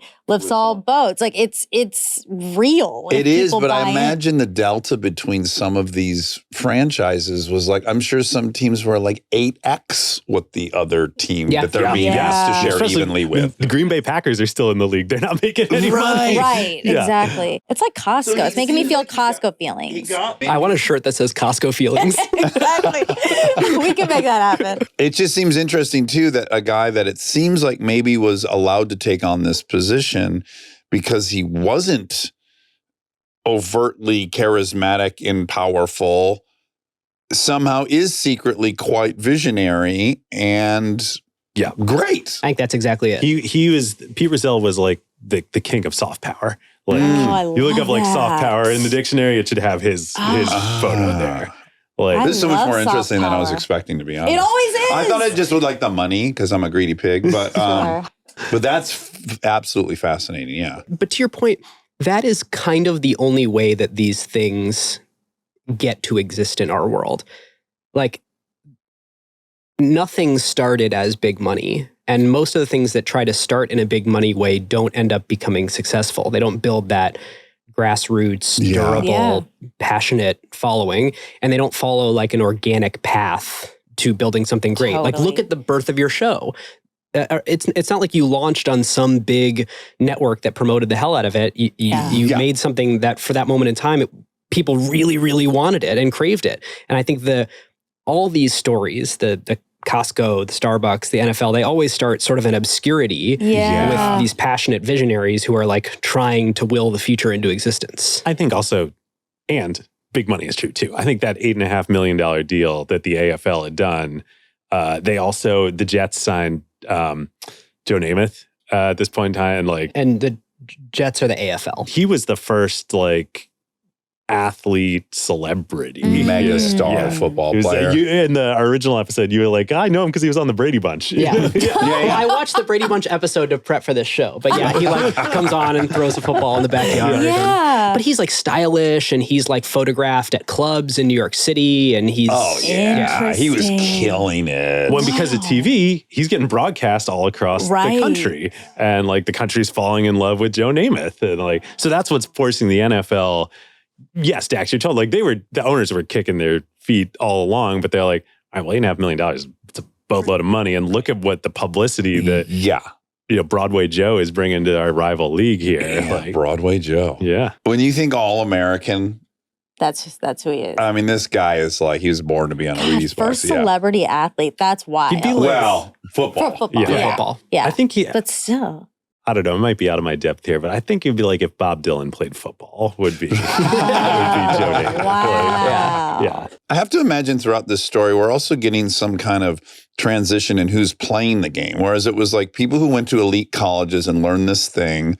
I imagine it's getting more and more democratized as we're going along. And I imagine the racial makeup of these leagues is transitioning. When does all that happen? Yeah, there's some dark stuff in the NFL history. They were segregated. Nobody except white people allowed for, I think, most of the 30s. Originally, interestingly, not in the beginning. In the beginning, anybody could play. Okay. But then as, they got on TV. This was before TV. Okay. I think it was unfortunately, it's actually the Redskins. It was the Washington team. They Okay. had a big Southern fan base. Yeah. That kind of drove. It was in there was some racism at the highest levels of the Redskins, and they were incentivized. I'm so shocked that the team named the Yeah. Redskins. Is it I shocking? know. Right. Makes no sense. I believe you. It's on brand. It's on brand. And from like a monetary perspective, they were incentivized not to change because they. I think they were got the this racist southernmost fan base. NFL team. Yeah. And so they had this, Yeah, if they had a black player, there would have been people protesting. And actually, in that history, it was again the Rams, and it was the LA Coliseum where the Rams played here in LA when they moved out here. Desegregated. Said we won't Oh, let any organization, because it's a public facility, play ply their trade here, run business here if there are segregated teams that are visiting. So that's what forced integration of the league. Yeah. Boy, it's interesting how many different forces can work on one thing, how dynamic that is. Yeah. That, they're going to play in a publicly held facility, and there is the leverage by which that could be proclaimed, otherwise not. But yeah, to your point though about like, blacks coming into the league. Well, that's actually good for business too. Yes. You got Jim Brown and like, all the, the makeup of the league is totally changing at this point. I mean, you name the list of famous players, and it's like some of the most loved O.J. and Simpson. cherished. Yeah, well, sure, for a minute. Well, for more than a minute. I think mostly we know the quarterbacks, and then outside of that, we don't know many white players. But OJ wasn't black. He was OJ. That's right. according Did you to watch the him. documentary? Yeah, That was really good. that was so good. Okay, so AFL, how do they absorb them? Do you guys know Al Davis? Owner, GM, and head coach of the Raiders for many years. No. He's such a gangster. Oh. I don't know if it still carries any weight, but like they were like the pirates. Like if you were like a gangster, like F the law type attitude, Yeah. like that was Al Davis. That's interesting because I've always wondered what, because that carries to this day. Yeah. Yeah. If you want to bet on someone getting knifed in a parking lot, there's only one bet to make. It's a Raiders game. That's going to be obvious. Totally. Yeah. Well, So maybe less so in Vegas now, but But I maybe do more so. wonder where Maybe that all more so. I don't know. started, Yeah. So it starts with the original owner. with the original owner. They were in the AFL and merger negotiations. It was clear that the AFL wasn't going away. They had this big TV deal. Then the NFL got their TV deals with CBS and NBC. And interestingly, the CBS deal, the NFL is granted an antitrust exemption. I think that JFK signed into law Oh, whoa. because what you had is all these teams with their individual TV deals, and then they get together, they collude, and they say, we're going to sign one TV deal. And if you're the TV networks, you're like, what Where's the hell? competition? Yeah. Right. This is illegal. Like, Yeah. you can't do this to me. But JFK deemed it in the good of the nation to have this This is also back to Roselle and soft power. He cultivated the Kennedys. relationship. Oh Yeah. my God. All the whole Kennedy family, like he put a lot of effort into it. Wow. Having This guy. the NFL sort of in communities, being broadcast on TV, being a rallying force for cities. Unifying. Loved that. Yeah. And so they passed an exemption that Wow. so there's a federal exemption to antitrust for the NFL from 1961 in order to sign the 1961 CBS TV deal. And I'd imagine that has some collateral impact too, because, and I'm confused, I don't know which leagues do this, but I think most people just knowing you don't get to pick where you go is already an interesting thing contractually, right? If you're a player that gets drafted, Oh, the draft. Yeah. that's an interesting, that's got to, Yeah. in any other context, Yeah. I there guess must that is, be, right? You don't leave college with your computer science degree and you don't decide what company you know what it is? I think it's part of the collective bargaining with the Players Association. They opt into that system by joining. Yeah, it's essentially a unionized trade. and they opt part into of that one. system. Okay, it's still interesting It's contractually. totally interesting. The trade is it's a good enough deal for us to get some stuff in return that, yeah, we're open to being relocated and it's not really up to us. Back to the Paul Brown era and like it sucks when one team wins everything. There are two things that the NFL did in response. One was the draft. So still to this day, if you have the worst record in the league, you're getting the first draft pick. That reverse order, that was And it's direct because of that response. to keep Yes. a competition. Yes. To keep the competition Wow. going. The other thing they do that still exists to this day that like very, very few people know is they jimmy the schedule. It used to be explicit. I'm now implicit goal is that every team should be 500 at the midway point in the season. So the first half of the schedule, bad teams play bad teams and good teams play good teams. Oh, so that's Oh. orchestrated. So the Lions are going to have a really tough first half of the year schedule next year. Interesting. I didn't know that part. Yeah. Most audience has no idea. Yeah, I thought it was some kind of a random or even perhaps a travel schedule. Nope. Yeah. That's not the same with college. No, that's exactly where I was going to go with this. It's fascinating watching this whole like playoff system and transfer portal and all these sort of NFL-like things that they're putting into place. Yeah. Because this is not a goal of collegiate football at all. The goal is for the really good teams, have a schedule that lets you win out, play just enough hard teams in your conference for people to take you seriously, and then historically have the big bowl game where you're put on a national stage against another good team. Yeah. But if you're a fan of a good team like Ohio State, you sort of expect them to go undefeated or near undefeated. It's like the Browns of old. Wow. Yes. You're right. And it is near impossible for an NFL team to get a perfect season. It just It's happened once. Is it just Brady? Did Brady have a perfect season? Dan Marino had a perfect season. He's with the my Taylor Swift. Dolphins. You shouldn't even bring him up because I'm I'll sorry. not be able to get off of him. We got him on the show? I have. Yeah. When you're rooting for Tom Brady, you don't give a fuck how far you're down. It doesn't mean anything. You go to that fourth quarter like down 3 touchdowns and you're not even worried. The Patriots almost did it, but lost the Super Bowl. There you go. There it is. So I knew they even went Tom 16-0, Brady but- can't have a perfect season. Yeah. Yeah. Wow. God, it's heartbreaking. That's so poetic that the season they went undefeated in the regular season, they lost in the Super Bowl. Yes. Yes. See, the NFL storylines, they're so good. Yeah, It's wrestling. Cannot script Well, it. they kind of are scripting it in a way with the NFL. And like you're saying, they're planning it for they're that outcome. Yeah, there are levers in place and Yes. they're pulling all the ones they can. And then And after the season, I don't know if it's every year, every other year, there's something called a competition committee that is a set of owners that gets together to try and say, okay, what loopholes did people find? How can we make it even more competitive? And tweak every year. yeah. Wow. It's a little bit like Formula One that way. It's just Yeah, endless. it's just a business. I mean, that's like we forget because we just think of it as sport, but it's a real business. Stay tuned for more Armchair Expert, if you dare.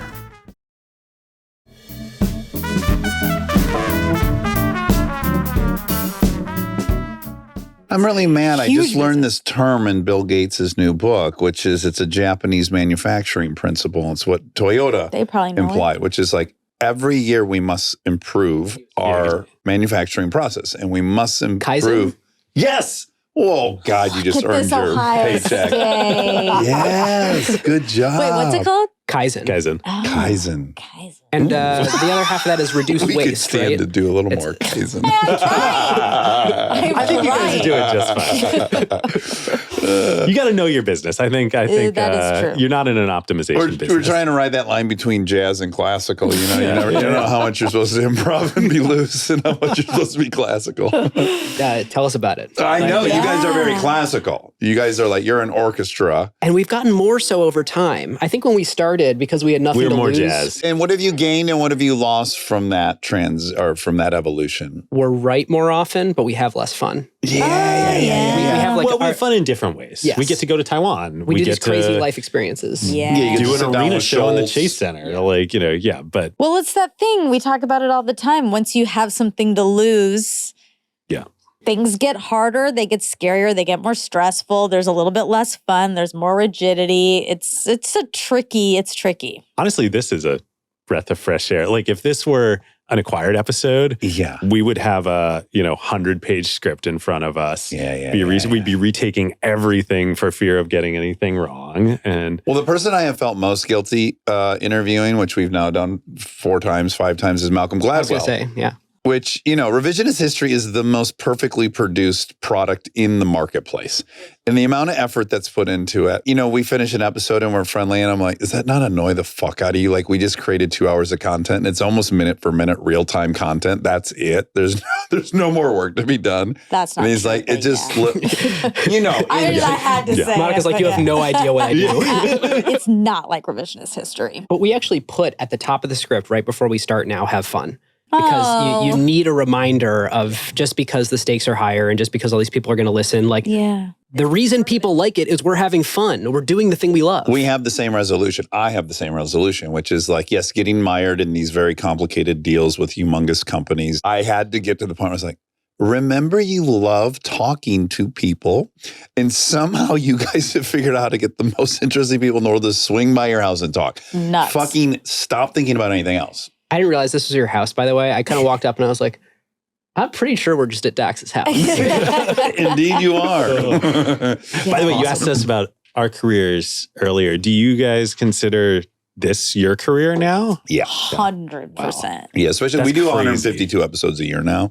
We have 3 episodes a week, and we had 5 episodes a week up until September. So it's more than a full time. Yeah, even when I look at certain, once in a while, like in general, don't want to act, but if Tarantino for his 10th movie calls me, I'm going to figure it out. But it does That comes at a really cost like, here, how right? do we do it Yeah. at this point? It would be very hard. It would be very hard.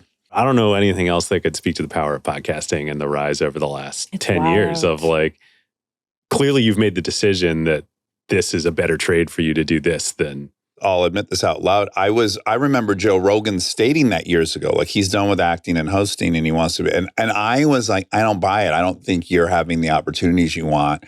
I think this is bullshit. And I was completely wrong. He definitely was just in the position we are now in much earlier. And yeah, it's much more fun to me than acting or anything else. So now the NFL absorbs the AFL. The AFL. Yes. Yeah. Which is fast forwarding for time, but due to basically Al Davis being a gangster. Uh-huh. He's like a mafia boss. He directs all the AFL teams to go sign all the NFL teams' quarterbacks as like a bargaining chip. Like just go pay because there was no free agency in either league, but not between the leagues. They could fight as much as they want. They had a gentleman's agreement that they wouldn't poach. And they had just signed a new big TV deal. So AFL got NBC to pay them $37.5 million over 5 years. And So they're all the like, teams guess had what this we're going to money. do with the cash? Let's go take we're that going money after the NFL. and go steal all their Poach. quarterbacks. This is the Ted Turner McMahon Wars Yes, section of the exactly. story now. Yep. Yeah. And basically, as soon as he does that, It's all out. it's all over, and then they merge. Because the Oh, NFL's okay. like, okay, fine, we'll let you in the league. It's we so can't keep crazy fighting they each got other. outperformed twice Exactly. and still Yes. remain the NFL. Exactly. Yes. So here's the terms of the merger, which is so fascinating. The NFL absorbs all the AFL teams. They're also going to add additional franchises. So they're trying to cement monopoly. They're basically saying, how do we make sure we cover all the biggest markets? Cut off a future uprising. Yes. Yeah. Yeah, make sure this doesn't happen again. We're going to pool the TV deals. So there's now one national TV deal. We're going to do a common draft between both of us. I think there was contracts in place, maybe TV contracts through 1970. So even though they're doing this in 66, there's like a phased plan over the next year to sort of truly merge as one. Pete Rozelle maintains the commissionership. The AFL, get this, at first, the AFL was supposed to pay a ton of money to the $50 million NFL. per team. But that was where negotiations started before Al Davis Said, kidnapped the fuck that. quarterbacks. Yeah. Totally changed the leverage position. Yeah. It was, you can all join our league. Just pay us $50 million per team as a franchise fee, and you can, join the NFL. The actual thing where they end up doing the deal is $18 million spread over 20 years, Oh. Total. not per team. Total. Oh, Yeah. wow. And there's a 900 grand a year for however many Yeah. teams. And what actually ends up happening is, I think all of it, or at least half of it, goes to the New York Giants because they're the most harmed from the Joe Jets Namath coming. and the Jets joining in the same city. Okay. Oh, interesting. So they didn't do that evenly. They No. didn't distribute No. that No. evenly. Oh, But yeah. huh. Basically, Al Davis is a gangster. Yeah. Wow. Wow. So this is where anyone with less than a 50,000 foot seat stadium needs to upgrade. They're like, this is the big times now. We're signing these huge TV deals. Once this is in place after the merger, two things happen. One is the Super Bowl, which we can get to in a sec.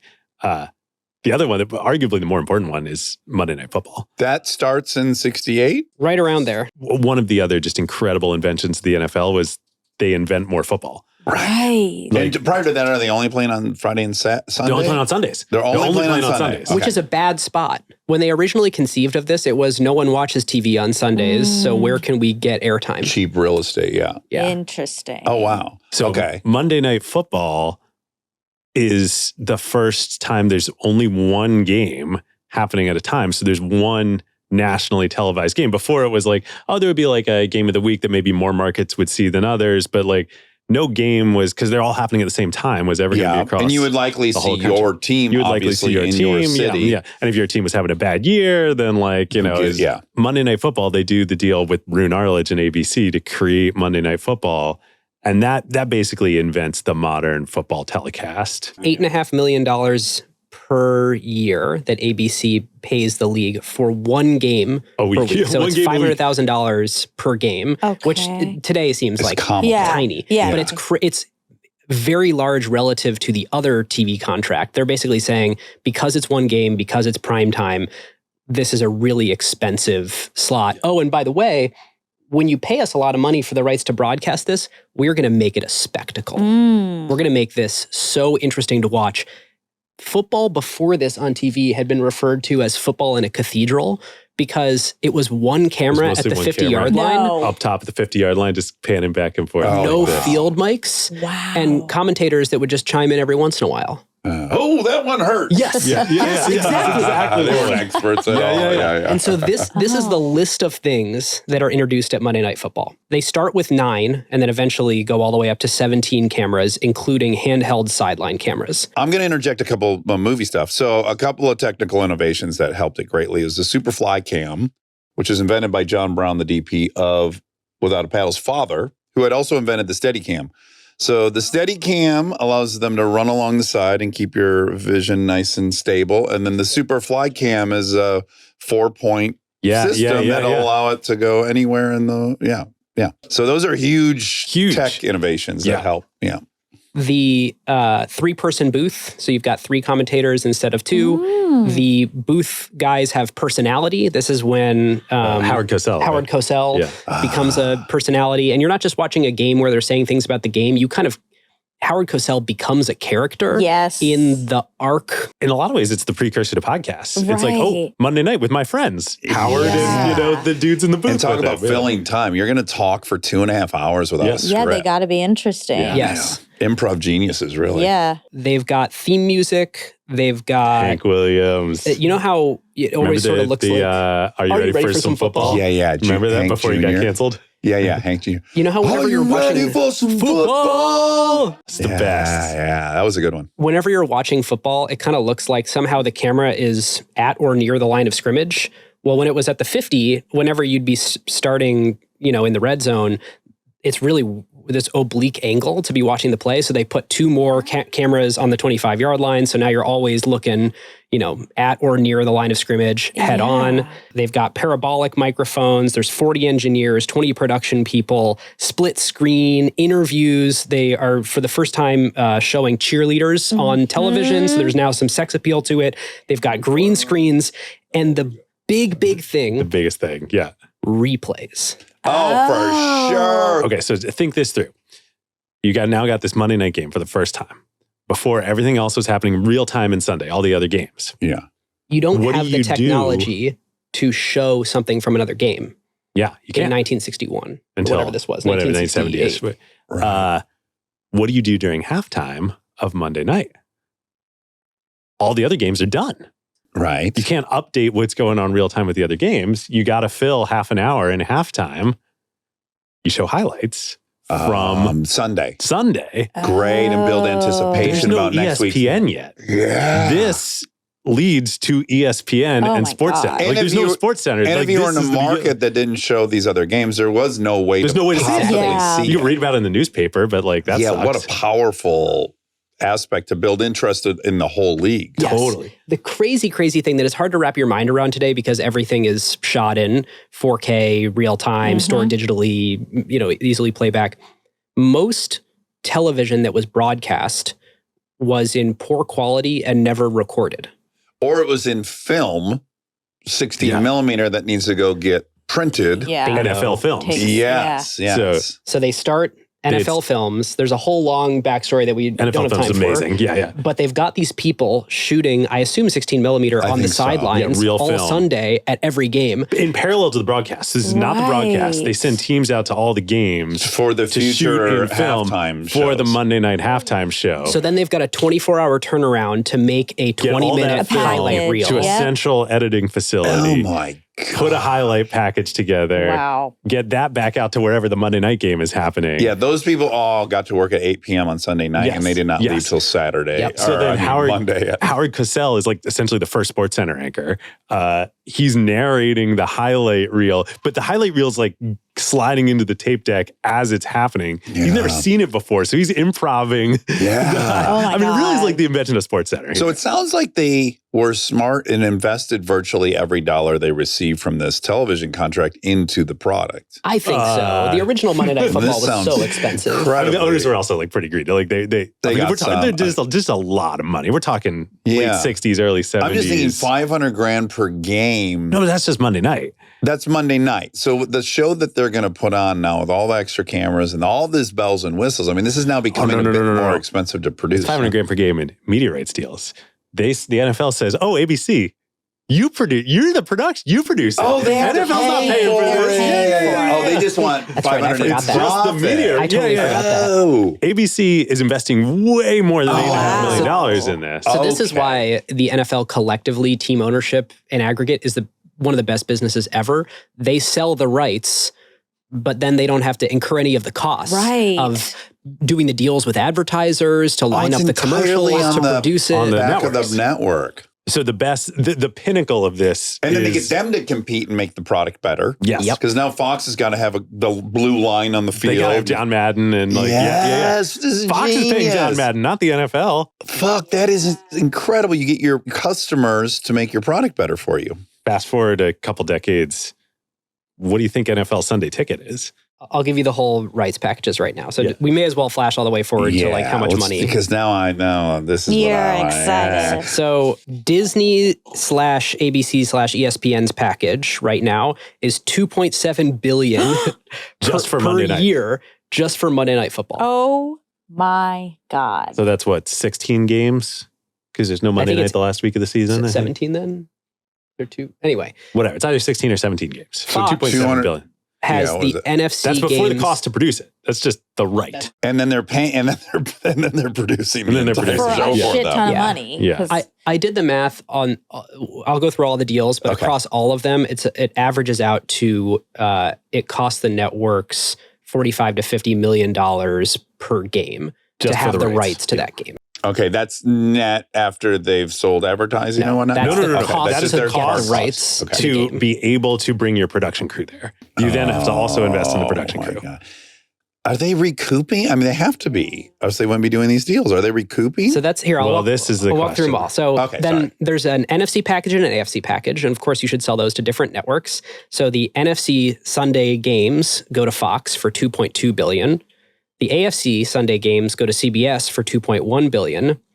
Which, by the way, this is crazy. Disney is paying more just for Monday nights than Fox and CBS are paying for all the slate of Sunday games. right, three right. games or you'd something. rather be Disney because you'd rather only have the cost of producing one game Uh-huh. Yeah, versus that's having true. to send camera crews to all these different. All Anyway, over the country. Yeah. then NBC. For NBC, they're like, how else can we slice and Invent dice more these football. rights? Because Yeah. there's another bidder, so we may as well let them buy something from us too. They invent Sunday Night Football, $2 billion a year. So we're at 10 billion right now ish. Wait, Sunday Night Football is different than Sunday Day. football? Yeah. Oh my God. Okay. Yeah. Yeah. Thursday night football. Oh my God. And for a while, I can't remember who had it, but now Amazon has Amazon it. has it. Now it's just a streaming and package. that's what, like 1.6 It's or a something? billion a year. $1 billion a year, yeah. Wow. It's So cheaper. we're Thursday looking night at or Thursday night? 7-ish total. No, now we're at 11 billion if we Well, can I count. think we're Two, right Thursday. around four. 10. Call it 5 total for Sunday between the Okay. NFC and the AFC, 2.5 for Monday, so that's 7.5. Add And another another 1 for 2. Thursday, you're at 8.5. Okay. Yeah. Then they have NFL Sunday Ticket. You familiar This with is an the best. NFL No, Sunday what Ticket? is that? What if you want to be able to watch any game? You've probably seen all the YouTube TV advertising for Every NFL time I Sunday sign Ticket. on to my YouTube, I got to deal Okay. with this offer. You're a bar and you want to be able to flip on whatever game your patrons want. You're a big fantasy football player, which fueled the growth of the league, and you want access to all the games to be able to flip around. Well, you got to buy an NFL Sunday Ticket. The league is like, well, we don't want to be in This the is the business best. of providing NFL Sunday Ticket. We'll just find a distribution partner. We'll sell the rights to them and they can figure out how to make it available. That was DirecTV for a long time. Now it is YouTube for the pretty penny of $2 billion a year for that rights package. Oh my God. For the same footage. Yes. Yeah. Here's the great thing. Nothing new. All the television networks are producing the games, the camera crews, the commentators, everything. NFL Sunday Ticket is reselling on top of what they've already sold. Well, how does that not violate the rights Yeah. of the... Commercials are still the TV networks. Okay. So if you're watching NFL Sunday Ticket, And, you're watching then a Fox YouTube's production. making their money on the subscription model Yes. and not the Oh. advertising Yes. model. Which is Wow. DirecTV Slice before. this every which so way. if you DirecTV, when they had it, and now with YouTube TV, if you want an NFL Sunday Ticket as a consumer, you have to pay an extra. It's like an HBO situation, Yep. or like what HBO used to to be. Wow. Wow. They have It's skinned so this smart. cat. So There's many one times. more that they came up with 5 years ago. Do you know about Red Zone? Okay, this is where you're playing 4 games at one time. There's another one even after this, but keep going. Yeah, there's more. So the there's NFL more. launches NFL Network because they're, 80 years in, they're like, we should have our own network. Yeah, mostly for NFL films content. Yeah, but it's not mostly non-game content, some analysis. And they realize because they're the one dictating terms on all these TV contracts, they can just keep putting in clauses.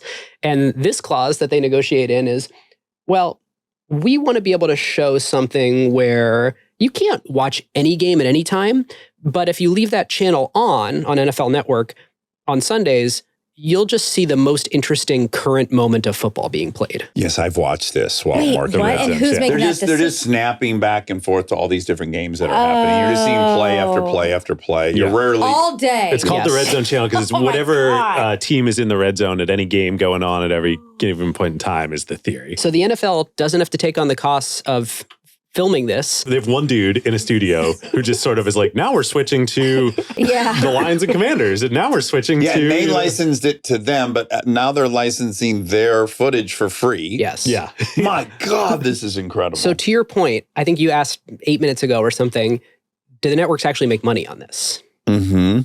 That, At this point, it's not totally clear. they certainly used to, but NFL viewership has basically plateaued. If you look at any metric, the first game of the year or the Super Bowl or the average viewership, it rose for a long time. The last 15 years has been pretty flat.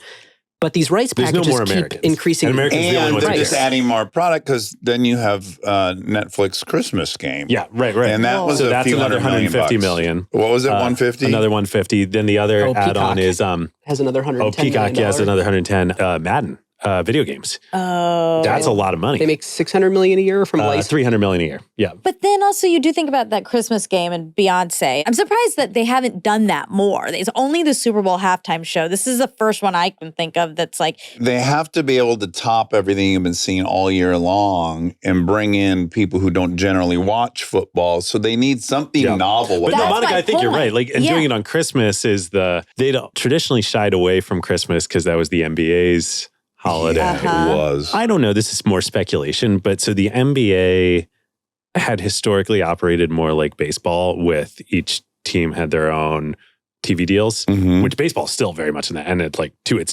great detriment. Yeah. The NBA and Adam Silver realized like, hey, the NFL's a better model. So just this past year, I think they renegotiated and centralized their TV contracts. Interestingly, now this is the first year the NFL is like, oh, well, Christmas, maybe we're not just going to let you have that anymore. Yeah. So Christmas is now a battleground. And how's the Super Bowl work? When the merger happened, there was the NFL championship and the AFL championship, which had been sold to different networks if you're showing a championship game. And then they're like, well, now that we're one league, We want to invent another we really thing to want, sell. really, can't have two champions. Right. Yeah. Should have Right. just one champion. So then they invent the Which- Super Bowl. Made the network executives livid because they're Livid. like, I thought we had the championship game. Right. You're putting one more game after the game that we Yeah. That I gotta like spend money again. Yeah. Yeah, it just totally devalued this other thing we sold people. Totally. But the right to show the Super Bowl is, I'm imagining, a standalone TV Standalone. deal. I actually don't have that in the sum of deals. Well, it definitely was in the beginning, because I think it was ABC and NBC maybe that had the separate rights for the NFL championship and the AFL championship. And then they both each paid $1 million to both show the Super Bowl, because they were like, well, we got Yeah, the first Super Bowl was shown on both. On two both networks. on two networks. Yeah. It's a four-network rotation starting in 2024. What is the rights to that cost? Let me. I think it might be built into the rest of the deals. Okay. I don't think it's- that you get a Yeah. rotating every. That I could kind of make thought sense. they all bid on just that one game. Maybe. So it rotates NBC, every year. NBC, CBS. Yeah. Fox. Yeah. What is this year's? It starts at 2024. It's on Court TV this year, which is a NBC big win for them. NBC gets Winter Olympic years. I'm so glad I don't have the chart in my office trying to keep track of all the shit we've bought when we're airing it. This sounds like Oh my the God! worst Being a network grid. executive. Well, these days, if you're a network executive, you're just a slave to the NFL essentially. Yeah. Like, Yes. Because if you really follow the logic of the rights packages are getting more expensive, they're keeping basically the same number of commercials over the last 10, 15 years in any given game. And so if the number of viewers is fixed, how do you make more money you need to keep raising your revenue with your costs. Yeah. And so I think what's happening is every time it gets renegotiated, the NFL's like, We're going to take more of the profit pool. yeah, there's a total profit pool here. A lot of it used to go to the networks. You have no leverage against us. We're just going to take that the profit NFL is the pool only and reason you slowly exist shift it over to anymore. us. And you'll be near zero profit entities that are a part of something else. But they're Wow. also, not to get too in the weeds on it, they're like amortizing the cost of that through some value they assign launching television shows on the back of this audience they have. They have Bingo. 16 million viewers. They show a 30-second spot Yeah, on it's the news. almost a lost leader. It's a lot, yeah, which it's used to Friends. work. Yeah. But now in the No one streaming even era, tunes into the Right. show. Yeah. yeah. Exactly. And especially because in the streaming era, you don't monetize through advertising. So like viewership actually doesn't matter as much. Well, I mean, it it does, but I don't know. You guys would know better than me. But yeah, like, you're getting into this complicated model of new subscribers. Their only metric is new subscribers. And what is that? Why are the subscribers that are staying, why are they staying? Are they staying for the new show? Or are they staying for this thing we added? Like, talk about a job that's nebulous that they're trying to figure out best ROI. Who fucking knows why Totally. someone sticks around on a streamer and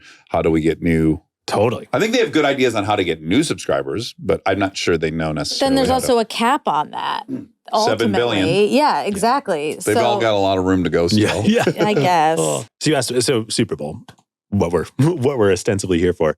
Basically, I think, I don't know, obviously many people would disagree with this. I think basically the NFL, just from a business standpoint, viewed this as like more in the NFL films category. Like, how do we add sheen to the league through this? And like, yes, it's a game, Mhm. but this is when they introduced Media Week and the halftime show. And like famously, like the halftime show, the performers don't get paid. Like, it's They don't get paid. Promotional opportunity. It's a great honor. Yeah, Just exactly. podcast. Yeah, great honor. Yeah, exactly. Doing someone's live podcast. Right. It's an honor. We promise. Interestingly, this, I believe, I don't know for sure, but I believe purely from a business standpoint, if you are a NFL team, obviously your stated goal as a, athletic team is to win the Super Bowl. Right. Purely from a business standpoint, winning the Super Bowl is economically suboptimal. Suboptimal. Why? Because you're playing many extra weeks for which you are not making more money because you're like all the revenue gets shared. Right, All the teams right. get equal Oh shares. yeah, we should come up with of- the bottom line. It's a $12 billion a year pool of capital that comes from networks that lands in the NFL's pocket to get distributed equally, truly to this day, equally among Packers teams. get the same amount That is why the as Packers are Niners and still the- up there. Yes. And that is why incredible. Kansas City can win That's Super why Bowls. Kansas City can win Super Bowls. Yeah. You would never see Yes. that in other sports leagues. That's so true. Wow, dead equal. So if you, as an individual team, so like I only care about my business as a team, I don't care about the NFL. If you make the Super Bowl, that means you're playing.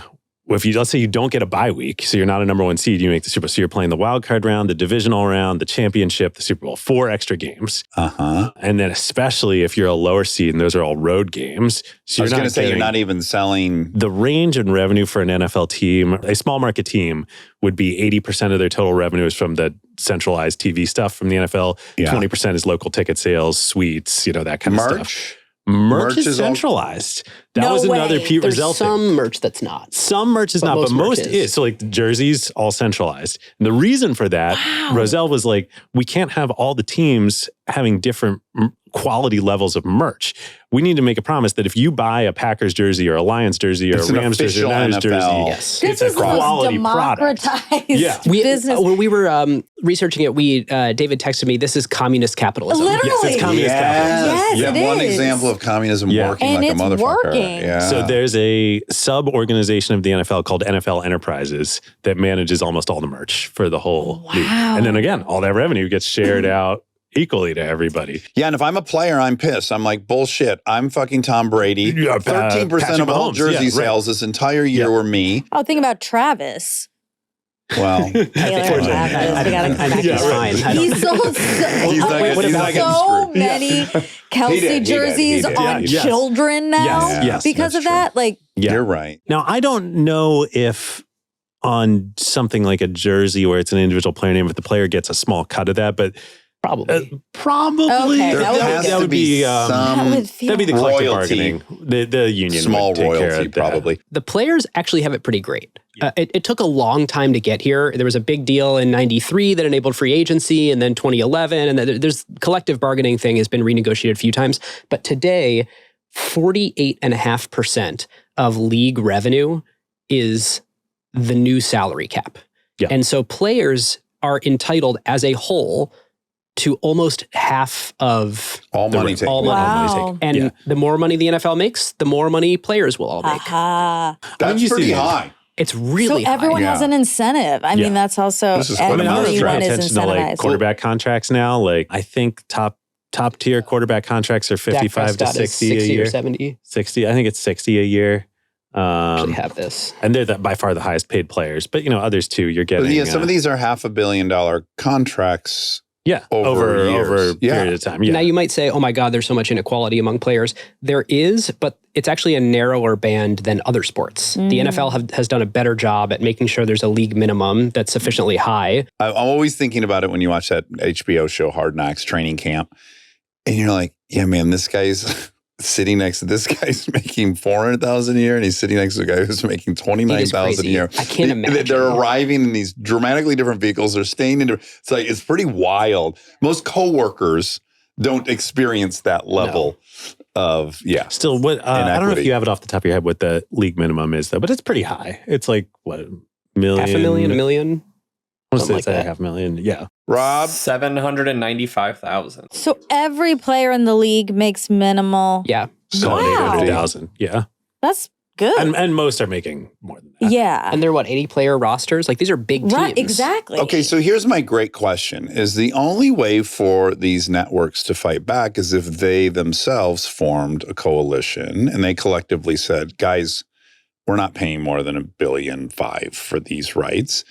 Here are all the people that are the only people you can sell it to. We've all fucking agreed. Dax people were concerned about this.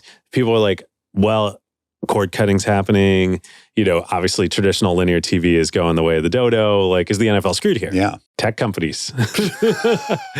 They're coming in. It doesn't Tech help com- networks, but it is a way for the NFL NFL's to gonna continue be to just extract fine. dollars. Wasn't Thursday Night Football was streamed on Twitter for a year or two, right? Yeah, that was so weird. But again, if you look at it right now, it's the exact same situation the NFL was in 1960 or whatever, because currently Netflix would be heavily disincentivized to enter into a collective buying group because they can outspend everybody. So they are currently someone who would be like, fuck that. We'll just blow. Well, guess what? NFL's The only going to be Christmas on Day Netflix. game, Yeah. Beyonce. So this is where Christmas comes But in. and then in the long run, they might benefit more from being in bed with some of these other They do have these published goals of wanting to grow revenue. I mean, the league, Netflix, you mean, or just the NFL. NFL total revenue last year was $20 billion, up from 18 a couple of years ago. And as you know, the lion's share of that is the 12 billion TV from the TV deal. Yeah. But then there's all this other stuff on top, brings it to 20. I think they want it to be 25 by 2028 or something like that. Yeah, my last question, and this one was really my agent when he found out I was going to talk to you guys. He's obsessed with you as well. And then when I was going to do about NFL, he's like, you got to figure out what is going on with gambling. What's their participation in this gambling? So do you guys know now what? Because this again is some potentially huge revenue source. So what's their relationship with now this rise of these online gambling platforms? Well, let's see. When we did the episode 2 years ago. 2 years ago, what did we say? 45 million people-ish bet on the NFL. Which was illegal then. It just goes to show prohibition is a goofy concept. Everyone still bet. Except you legalize it and even way more people bet A now. lot more people drink alcohol after prohibition. Right. Yes. 75 million people bet on the NFL last year. It's growing 35% year over year. Which that number's huge in and of itself. Only Americans watch football. So Right. this is if you are going to analyze the NFL and say, what is its one weakness? What have other sports done better? It's internet. Yeah. Nobody except Americans care about. The NFL's fallen on their Have face they in every tried? attempt. They have these exhibition games, or they play the Germany first game, game the of the London game. It's season. American expats who go to them. It's Yeah. not Yeah. locals don't care. It is curious to me why it holds no interest. I'm not a huge sports person. But I just do think objectively that game has a magic to it. Totally. I mean, I think that the results would suggest that, aside from their collective bargaining and all these other things, it's an easy game to jump into really quick and love. I was just about to say maybe other countries have less, like I think Americans are so attached to our teams. And I think that's a little bit because we don't have a very long history. So we have to like build our own allegiances and stuff. And I don't think all these other countries have it. But then I think like England, soccer. Yeah. So I'm wrong. Like beating guys up in the street with pipes and shit. Yeah. Back to betting. So 75 million people bet on the NFL. The total population of people who care about the NFL is only Americans. So what's the denominator? I don't know, 300, 330, something like that. That includes children. Yeah, that includes children, right? So like of people over 18, already hitting. Probably a third of the country is betting on the NFL. Wow. So does the NFL, are they licensing anything in that process? Yeah. They've started making money. They wouldn't have let this happen without having some sort of vig in it. There are figures that an industry association puts out that says they're making $2.3 billion a year from gambling, which like that's kind of amazing. That's already a sixth of the TV contracts. Right. They're taking credit and double dipping and other pies too. So I'm not sure if there's yet a published number on here's our gambling revenue stream, but you better believe. They probably also don't want that to like, right. They're not going to like make a press release of like, we made so They many don't want to be dollars. known as having made money on this. Yeah. But how crazy is it like watching football the last 30 years and there was this puritanical thing where they would never even mention the spread. It was like this super and now taboo. It's all over the place. And it's like, this is the DraftKings post game. Yes. I can't believe it. They did a real 180. Yeah. They did a big old pivot on that. They really did. Wow. Yeah, I guess there was this original fear, of course, that it would somehow corrupt the game and people would throw games. And we did see it in baseball. There's some examples. So I think, what the ostensible threat always was it was going to change the outcomes of these games. Yep. I don't know. Is there any proof of that having happened? I'll tell you, in my own personal anecdotal situation, I would have never found a bookie. I stupidly thought that the Jake Paul and Tyson fight was real. And so when I heard it was 3-1 Tyson to knock him out, I was like, you're now convinced it wasn't real? I am not convinced it's real. Yeah. When a man has that much muscle memory with his bob left, everything, and we see him do the entire series and then stop just short of knocking him out, that's a little hard for me to understand. But at any rate, I was stupid enough to believe that was going to be a real fight. And I'm like, well, that's 3-1 money sitting on the fucking table. Mike Tyson's going to knock this guy out in 2 seconds. And I was like, I could download an app right now and make that. I was like, I got to get to Vegas. I'm like, no, I don't anymore. Now, it turns out I would have needed to because in California, you still can't do that. Really? Which, God, thank you, California. You saved me probably $1,000 I would have lost. But yeah.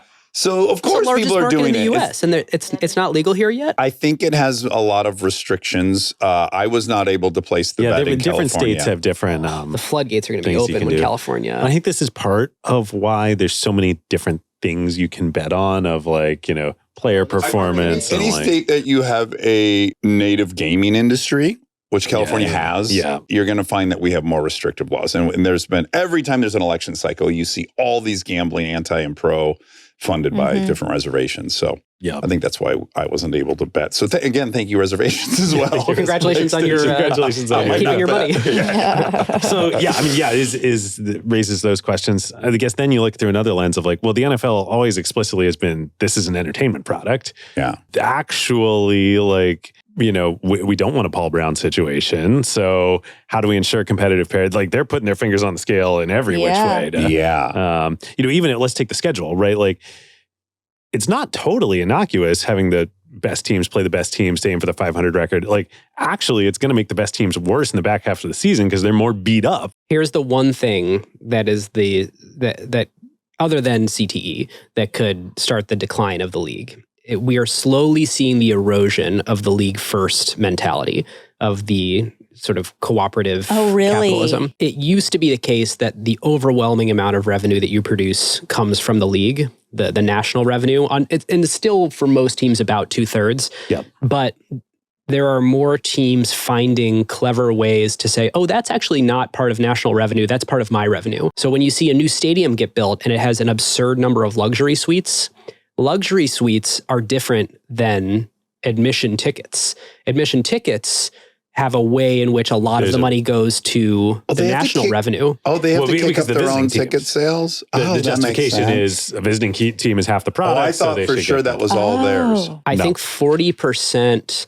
I think it's about a third of the gate goes to... and again, it's not just directly to the visiting team, it's up to the national pool. Which then gets split evenly. But these luxury suites, for example, that's all local revenue. You get to keep that. Or other businesses that you start around your like stadium. Seat licenses, if you guys have heard of that, of like, oh, well, if you want season tickets, you need to buy a seat license that gives you the right to then buy the tickets.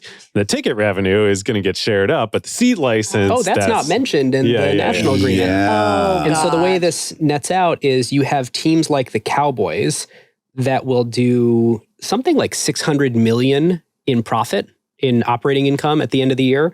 And these are estimates. I think these are Forbes estimates.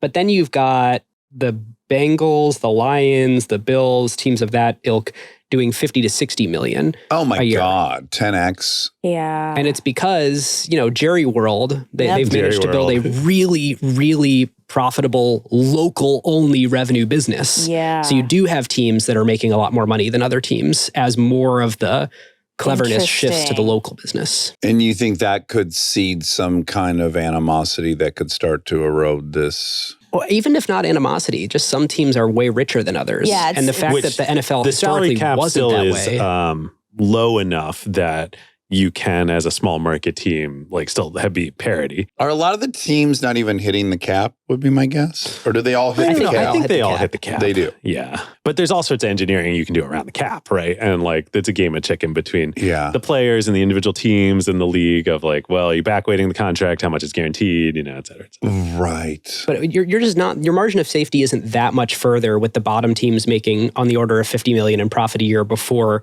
Let's say the next time there's a renegotiation and it goes from 48.5% to the players to let's say it goes up north of 50. Right. Or let's say costs go up for everyone because of, I don't know, let's say the costs increase, but revenue doesn't. The players definitely, from their perspective, they're we just want as much money as possible. So we want Jerry Jones to be able to pay us more money. And wouldn't that then incentivize teams moving much more?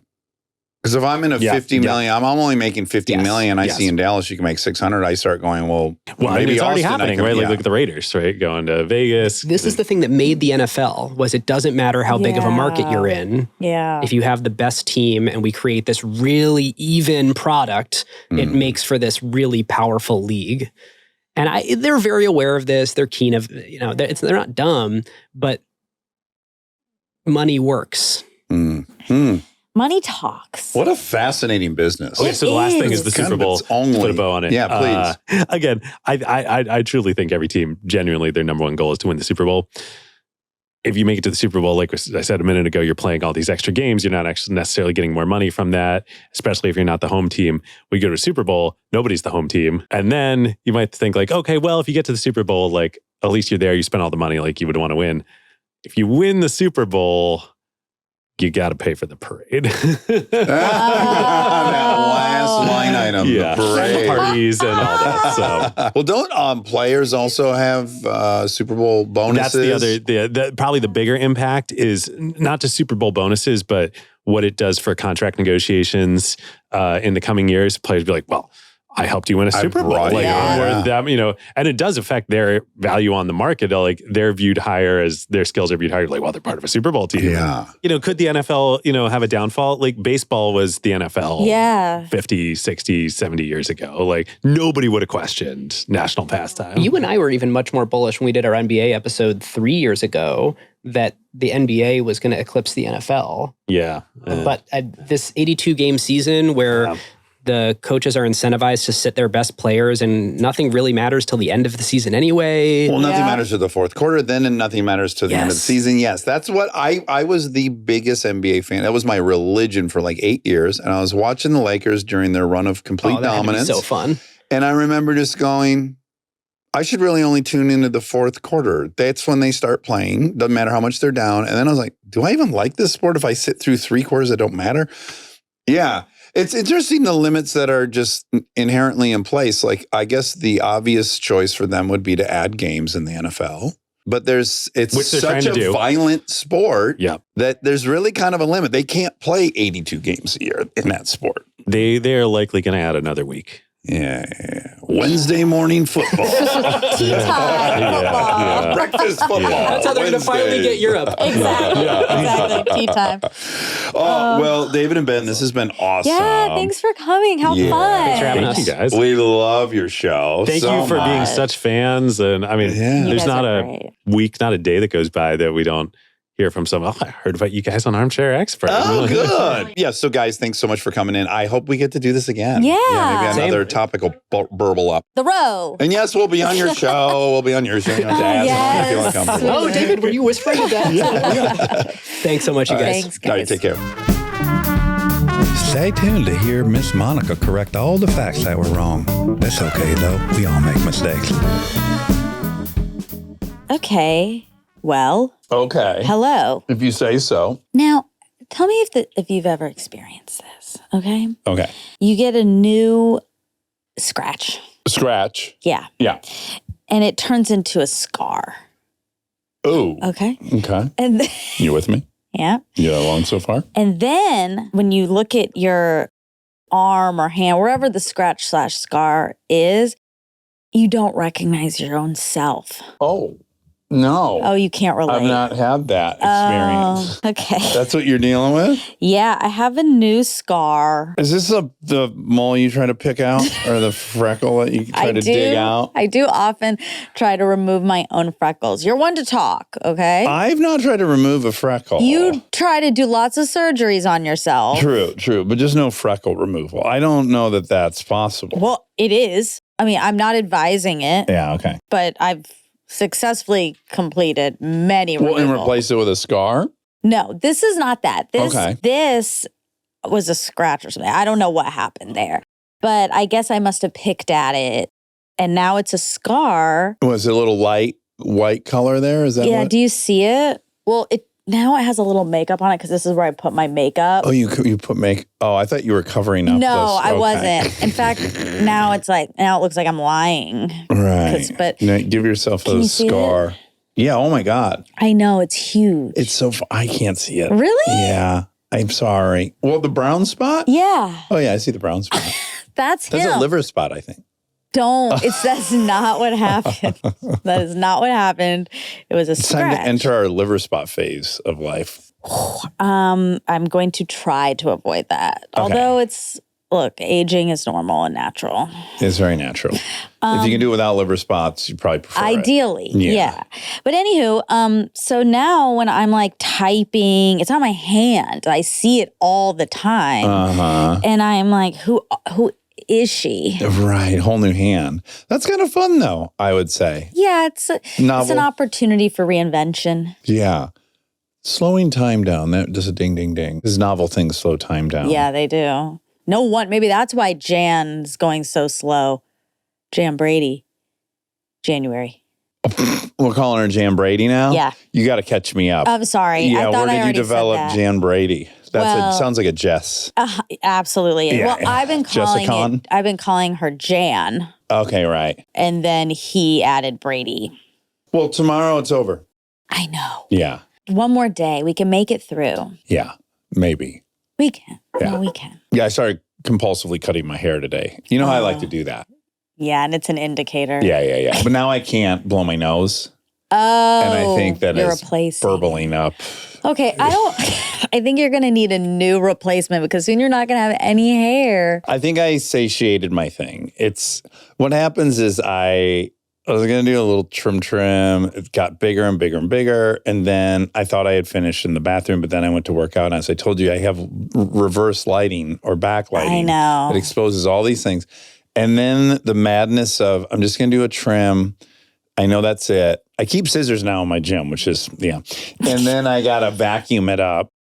And then I'm like, that's it, because we can't get the vacuum out again. And I got the vacuum out like 5 times, I think. Okay. Yeah, I was lifting weights, cutting hair, vacuuming, lift more weights, see more hair, cut more hair, vacuum. If someone was watching, Yeah. which someone could, it's very exposed. There's a lot of people in this area. And there's just windows galore. Oh, true. So if someone was interested, they probably watched the ramblings of a madman. Your hair looks nice, though. Okay, good. You did a good job. You see any spots I need to trim? No, I Okay. think I'm not too far from my scissors. They're always within an arm's length. Had a little bit of a gusher, caught my ear a little bit. Okay. I'm just trying to be accountable. I know. I appreciate It's like it. an AA meeting. It just I'm just like worries telling to me a myself. little. Okay, so maybe with your gusher, you're going to start understanding what I'm talking about the scar. I'll be blessed with the fact that it's very hard for me to see, other than when I saw blood and blood overtook my whole sideburn area. Well, when you get a glance of it, you might be like, whose ear is that? Yeah. Speaking of people watching you do weird things, yesterday I was at Sunset Tower. That's a very fancy location in this city. Wow, we had overlapping days. Continue. So I went to Sunset Tower and I was working. I just bought this new bracelet Okay. and I love it. Yeah. It's from Sarah Hendler. Great. And she put it on me. And so then when I got to Sunset Tower, I was like, oh, I'm going to try to tighten it a little bit, like move it up a rung. Okay. So I took it off and then I spent, I think, like 20 minutes trying to get this bracelet back on my hand. I could not do it. This is a great way to meet somebody. Ask I a thought stranger. that. Yeah. I'm so sorry, sir.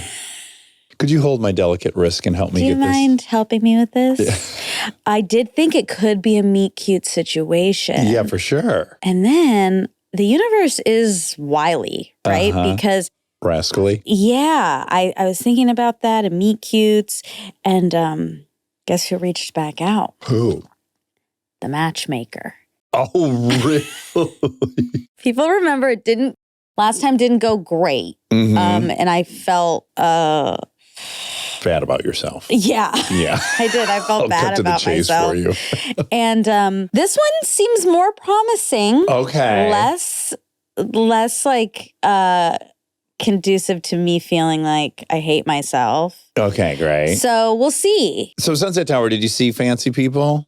Since I sat at the bar, I couldn't really look, but I'm sure there's fancy people there. There always are. So, I had this dinner with Nate and Panay that was a con. It was really a deception so that I could get to my birthday party. Yeah. But then I really wanted to have dinner with them. So that was last night. Oh, And then Panay was like, where should we go? Like home base, one of our standards. And I said, I could go to home base, or I could also go see some new hot place. I felt like I wanted to see that. wow. Boy, did he deliver. We went to, have you heard of Navajo? Navajo. No. I thought it was Nabokov when I saw it written. I was like, oh, they named a restaurant after Nabokov, the writer. Oh. But it's Nabokov Oh. in Beverly Hills on Cannon. And it was everything I could have Navajo. hoped for. It's only been open since July, I guess. Mediterranean and Italian. The food was outrageous. Ooh. You know how when you're at Cara, you can pretend you're in Italy? Yeah. I was like, we're in Miami. Oh, It was Miami. where people were dressed. I got to be very careful. Well, I got to be careful. it's fine. Almost all the dudes looked exactly the same. Uh-huh. I can picture it. 5'9", shaved heads, probably on a little too much testosterone, but not working out a lot. With very, very attractive younger women. And were they wearing chains, maybe? Yeah, there's a lot of jewelry. There's a lot of Patek watches. I mean, it's expensive. Yeah. I'm watching It's like... kind of like Nobu in a way. Yeah, it felt like a throwback to the 80s or 90s, which I enjoyed. That's fun. I cannot put it too fine a point how good the food was. It was outrageous. And I we want that. pigged out like crazy. A risotto with truffle, Oh, gluten-free, blew my yum. doors off my barn. And then a great steak, a baby chicken. Tiny chicken? They described it as a baby chicken. Not a Cornish hen. Not a Cornish hen, but a oven-baked tiny They don't baby need chicken. to call it that. That's not as appetizing. Well, I was like, what? Do they mean a chick? Right, exactly. But that wouldn't be enough meat, I don't think. It was delicious and it was very That's entertaining. fun. It was. It's fun to do that every now and then and get in the scene. Yes, I loved it. What was the vibe at? I didn't know you're now working at Sunset Tower. Only That's a far ride to go. it is. That's why it's not a main stop for me. But I love Sunset Tower. You love it. I only go like once a year, twice a year. You love it for the food, the atmosphere. And what do you see? Also, the food is very good. I had a fried chicken. Ooh. And it was really delicious. They have a great shrimp crock. Was it a baby chicken? Fried baby chicken? It was full size, I think. Okay. Grandpa chicken? Yeah. It's also such a vibe. Mm-hmm. It is, for people who don't know, it's a hotel here, Sunset Tower Hotel. And then Very there's historic. a bar and a restaurant. It's a very LA, old school LA, old Hollywood vibes. If you will. Mm-hmm. Yeah. It got packed. See, I went at 2:30. So that you'll be still there at happy hour? I didn't mean to, but we left at 8. Okay. So we were there all day. I've been craving it for a while, the energy there. Yeah. Similarly, Yeah. I was dead. I had ridden my bicycle too far, and I hadn't had caffeine since really early in the day, and I wasn't going to have any. Oh.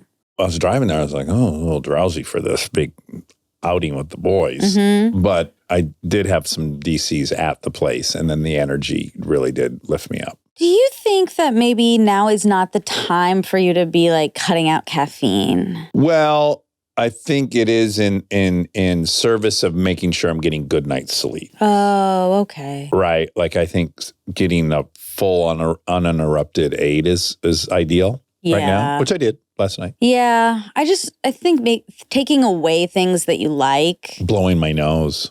Exactly. Yeah. It's like maybe now's not the time. Although I have the right mental attitude. I've decided to go like, yeah, this is uncomfortable, but this is you being strong and not escaping and walking through, and it's fine and it'll change. So it's been fine. Okay. Yeah. Just a couple haircuts, a few naps. That's all right. Yeah. Oh, that's fine. Stay tuned for more Armchair Expert, if you dare.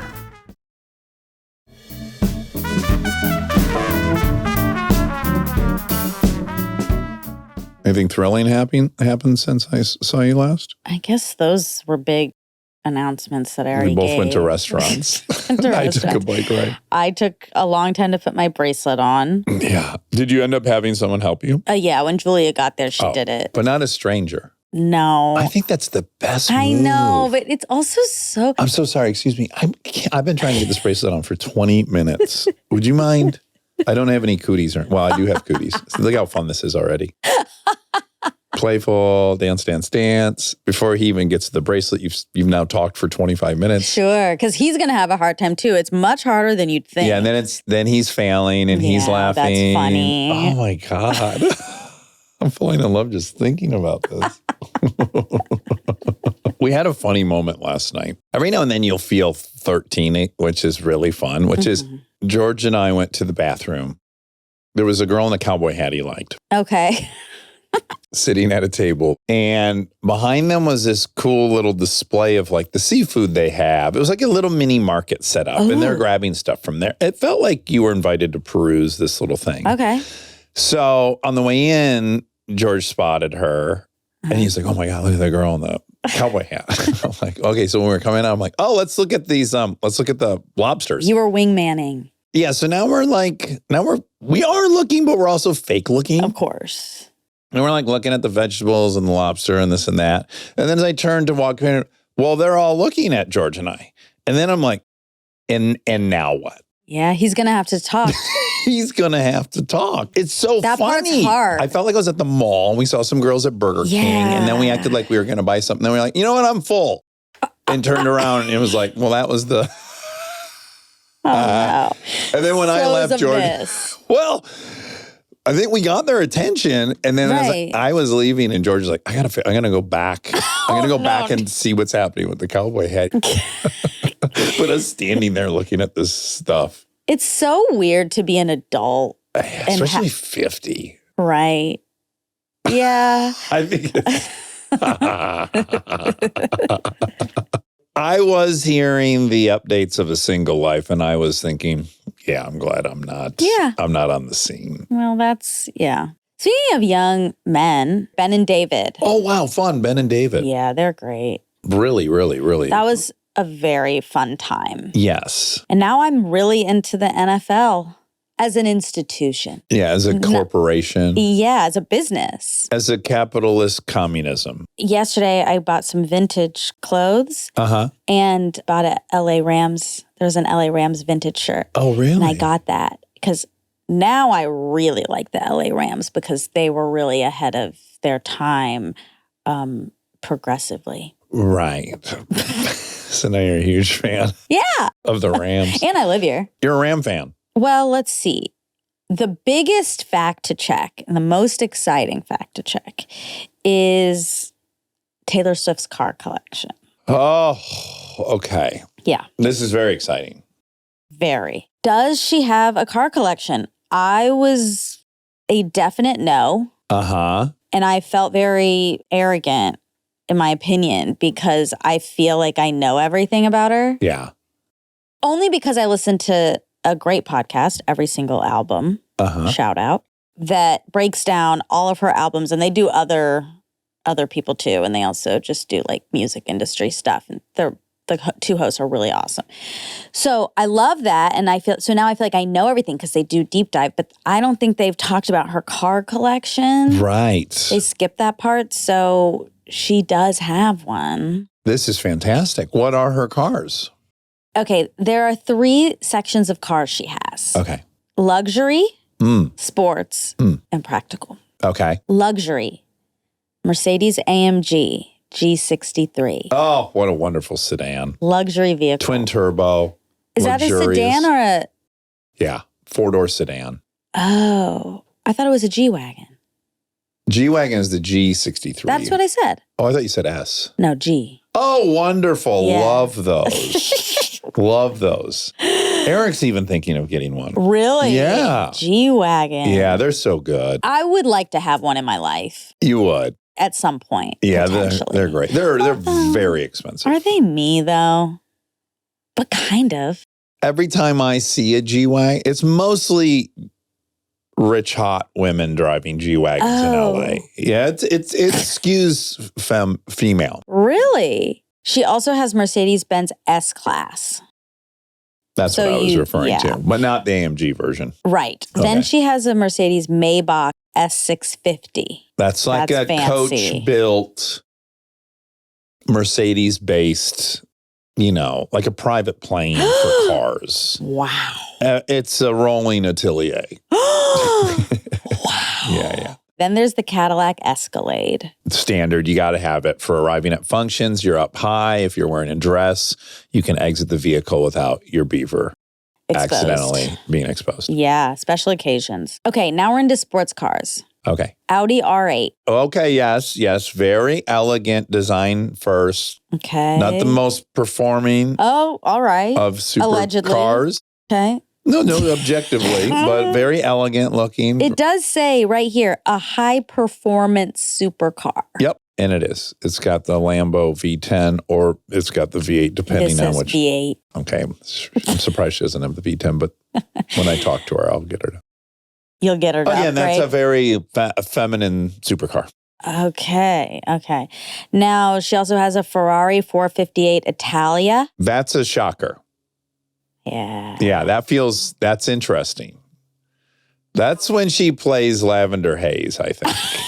That's her Lavender Haze car. Is it sexy?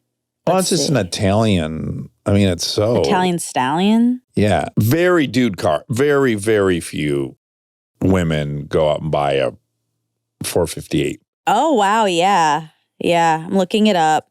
It looks fast. I'm going to ask Chad if it knows what percentage of Ferrari owners are men. Oh, that's a great question. Because I bet you it's about as high as any brand. What percentage of Ferrari owners are men? The percentage of Ferrari owners who are men is estimated to be around 90 to 95%. Oh, wow. That's really quite high.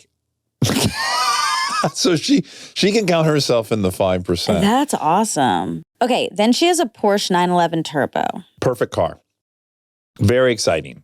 Great taste. Should I see if what Chat thinks the percentage of women who own Porsches? Yeah, it needs to be higher. If it's not, What percentage of Porsche owners are female? 15 to 20%. okay. So that's 4x the amount that own Right, Ferraris. and that tracks. I know more women with Porsches. The Cayenne has female ownership estimated between 30 and 40%. Oh, that's the electric one? No. Oh, here we go. The Macan, that's the small SUV. That one's got 50% of buyers are women. Wow. Yeah. Okay. All right. Practical vehicles. Okay. She has some practical vehicles? She has 3. Okay. She has a Toyota Sequoia. Great. She'll have that until she's dead. It'll run until she's dead. She has a Chevy, which we hope is of 150. She's 150. Yeah. It'll run that long. Don't worry. Chevy Silverado, her first car, which she still keeps. Okay. Really Is it cute. pink? Yeah, it's pink. It's pink. It's like a Mary Kay. And then the Nissan Qashqai. That's Qashqai. That's She has that. why does she have that? She has it. Was Well, that for one, given? it's Does she have a deal with Nissan? Does she have any kind of No, she just loves it. She loves it. Okay, but actually, according to this other site, her very first car is a pink truck. That's very cute. Another site has a little bit of a different opinion on what she has, but a lot of these are crossing over. So I feel good about that. Okay. The Ferrari, the Porsche, they're all on here. Okay, good. The Sequoia, the AMG, the Nissan Qashqai, the everyday humble. Everyone says the Nissan Qashqai. Mm-hmm. If we ever interview her, I want to do 20 minutes on this. I hope she arrives in it. That would be great. And she probably will because it says the everyday humble choice. Oh, It's her latest acquisition. She can move her discreetly. right. So In London. It says in London specifically. this vehicle is in London, and it's so she can leave an apartment without anyone thinking it's her. Yeah. But Although, don't too go late. looking for, I know, don't go looking for her Qashqais and try to find her. She's just trying to live. She's just trying to be. She should own a UPS truck and then just deck out the back like a Sprinter van and then get driven around in a UPS truck. You No could one ever- design something for her. You've been designing cars with AI. I could, and then her driver could wear the UPS outfit That's fun. or FedEx. I guess if she's in London, it would probably be FedEx. Okay, do players get a cut of their jersey sales? Yes. NFL players receive a cut of their jersey sales. Players receive royalties based on how many of their jerseys have sold. These royalties come from group licensing deals negotiated through the NFL. Okay. So that's cool. Action Park, I don't believe is the park based on Adventureland because it says Adventureland is based on the real life Adventureland Park in Farmingdale, New York. Okay. Action Park is in New Jersey. Okay. And there's a doc about it Mm-hmm. called Class Action Park or something. Oh, 5 to 10 victims daily. 5 to 10 people went in Down. an ambulance away from there. Emergency room. Yeah. Emergency room. While they were keeping probably the town emergency clinic in business. Yeah. Maybe that's what it was all about. I wonder if they were giving away like the woman who lost her eyelid on the slide and she got an embroidered sweatshirt The or tease, something yeah. from Armchair Anonymous. Yeah, that was a great episode. They should have had a shirt that said, I was sent to the emergency room by Adventure Park. And all I got was this Is that little what it's called? t-shirt. Action Action Park. Yeah. Well, that's it for Ben and David. They were awesome. Yeah. Really fun. Yeah. Incredible. And I've been talking so much about what I learned. Yeah, me too. I basically repeated the entire episode to my father-in-law while he was Oh, in town. fun. All right. Love you. Love you.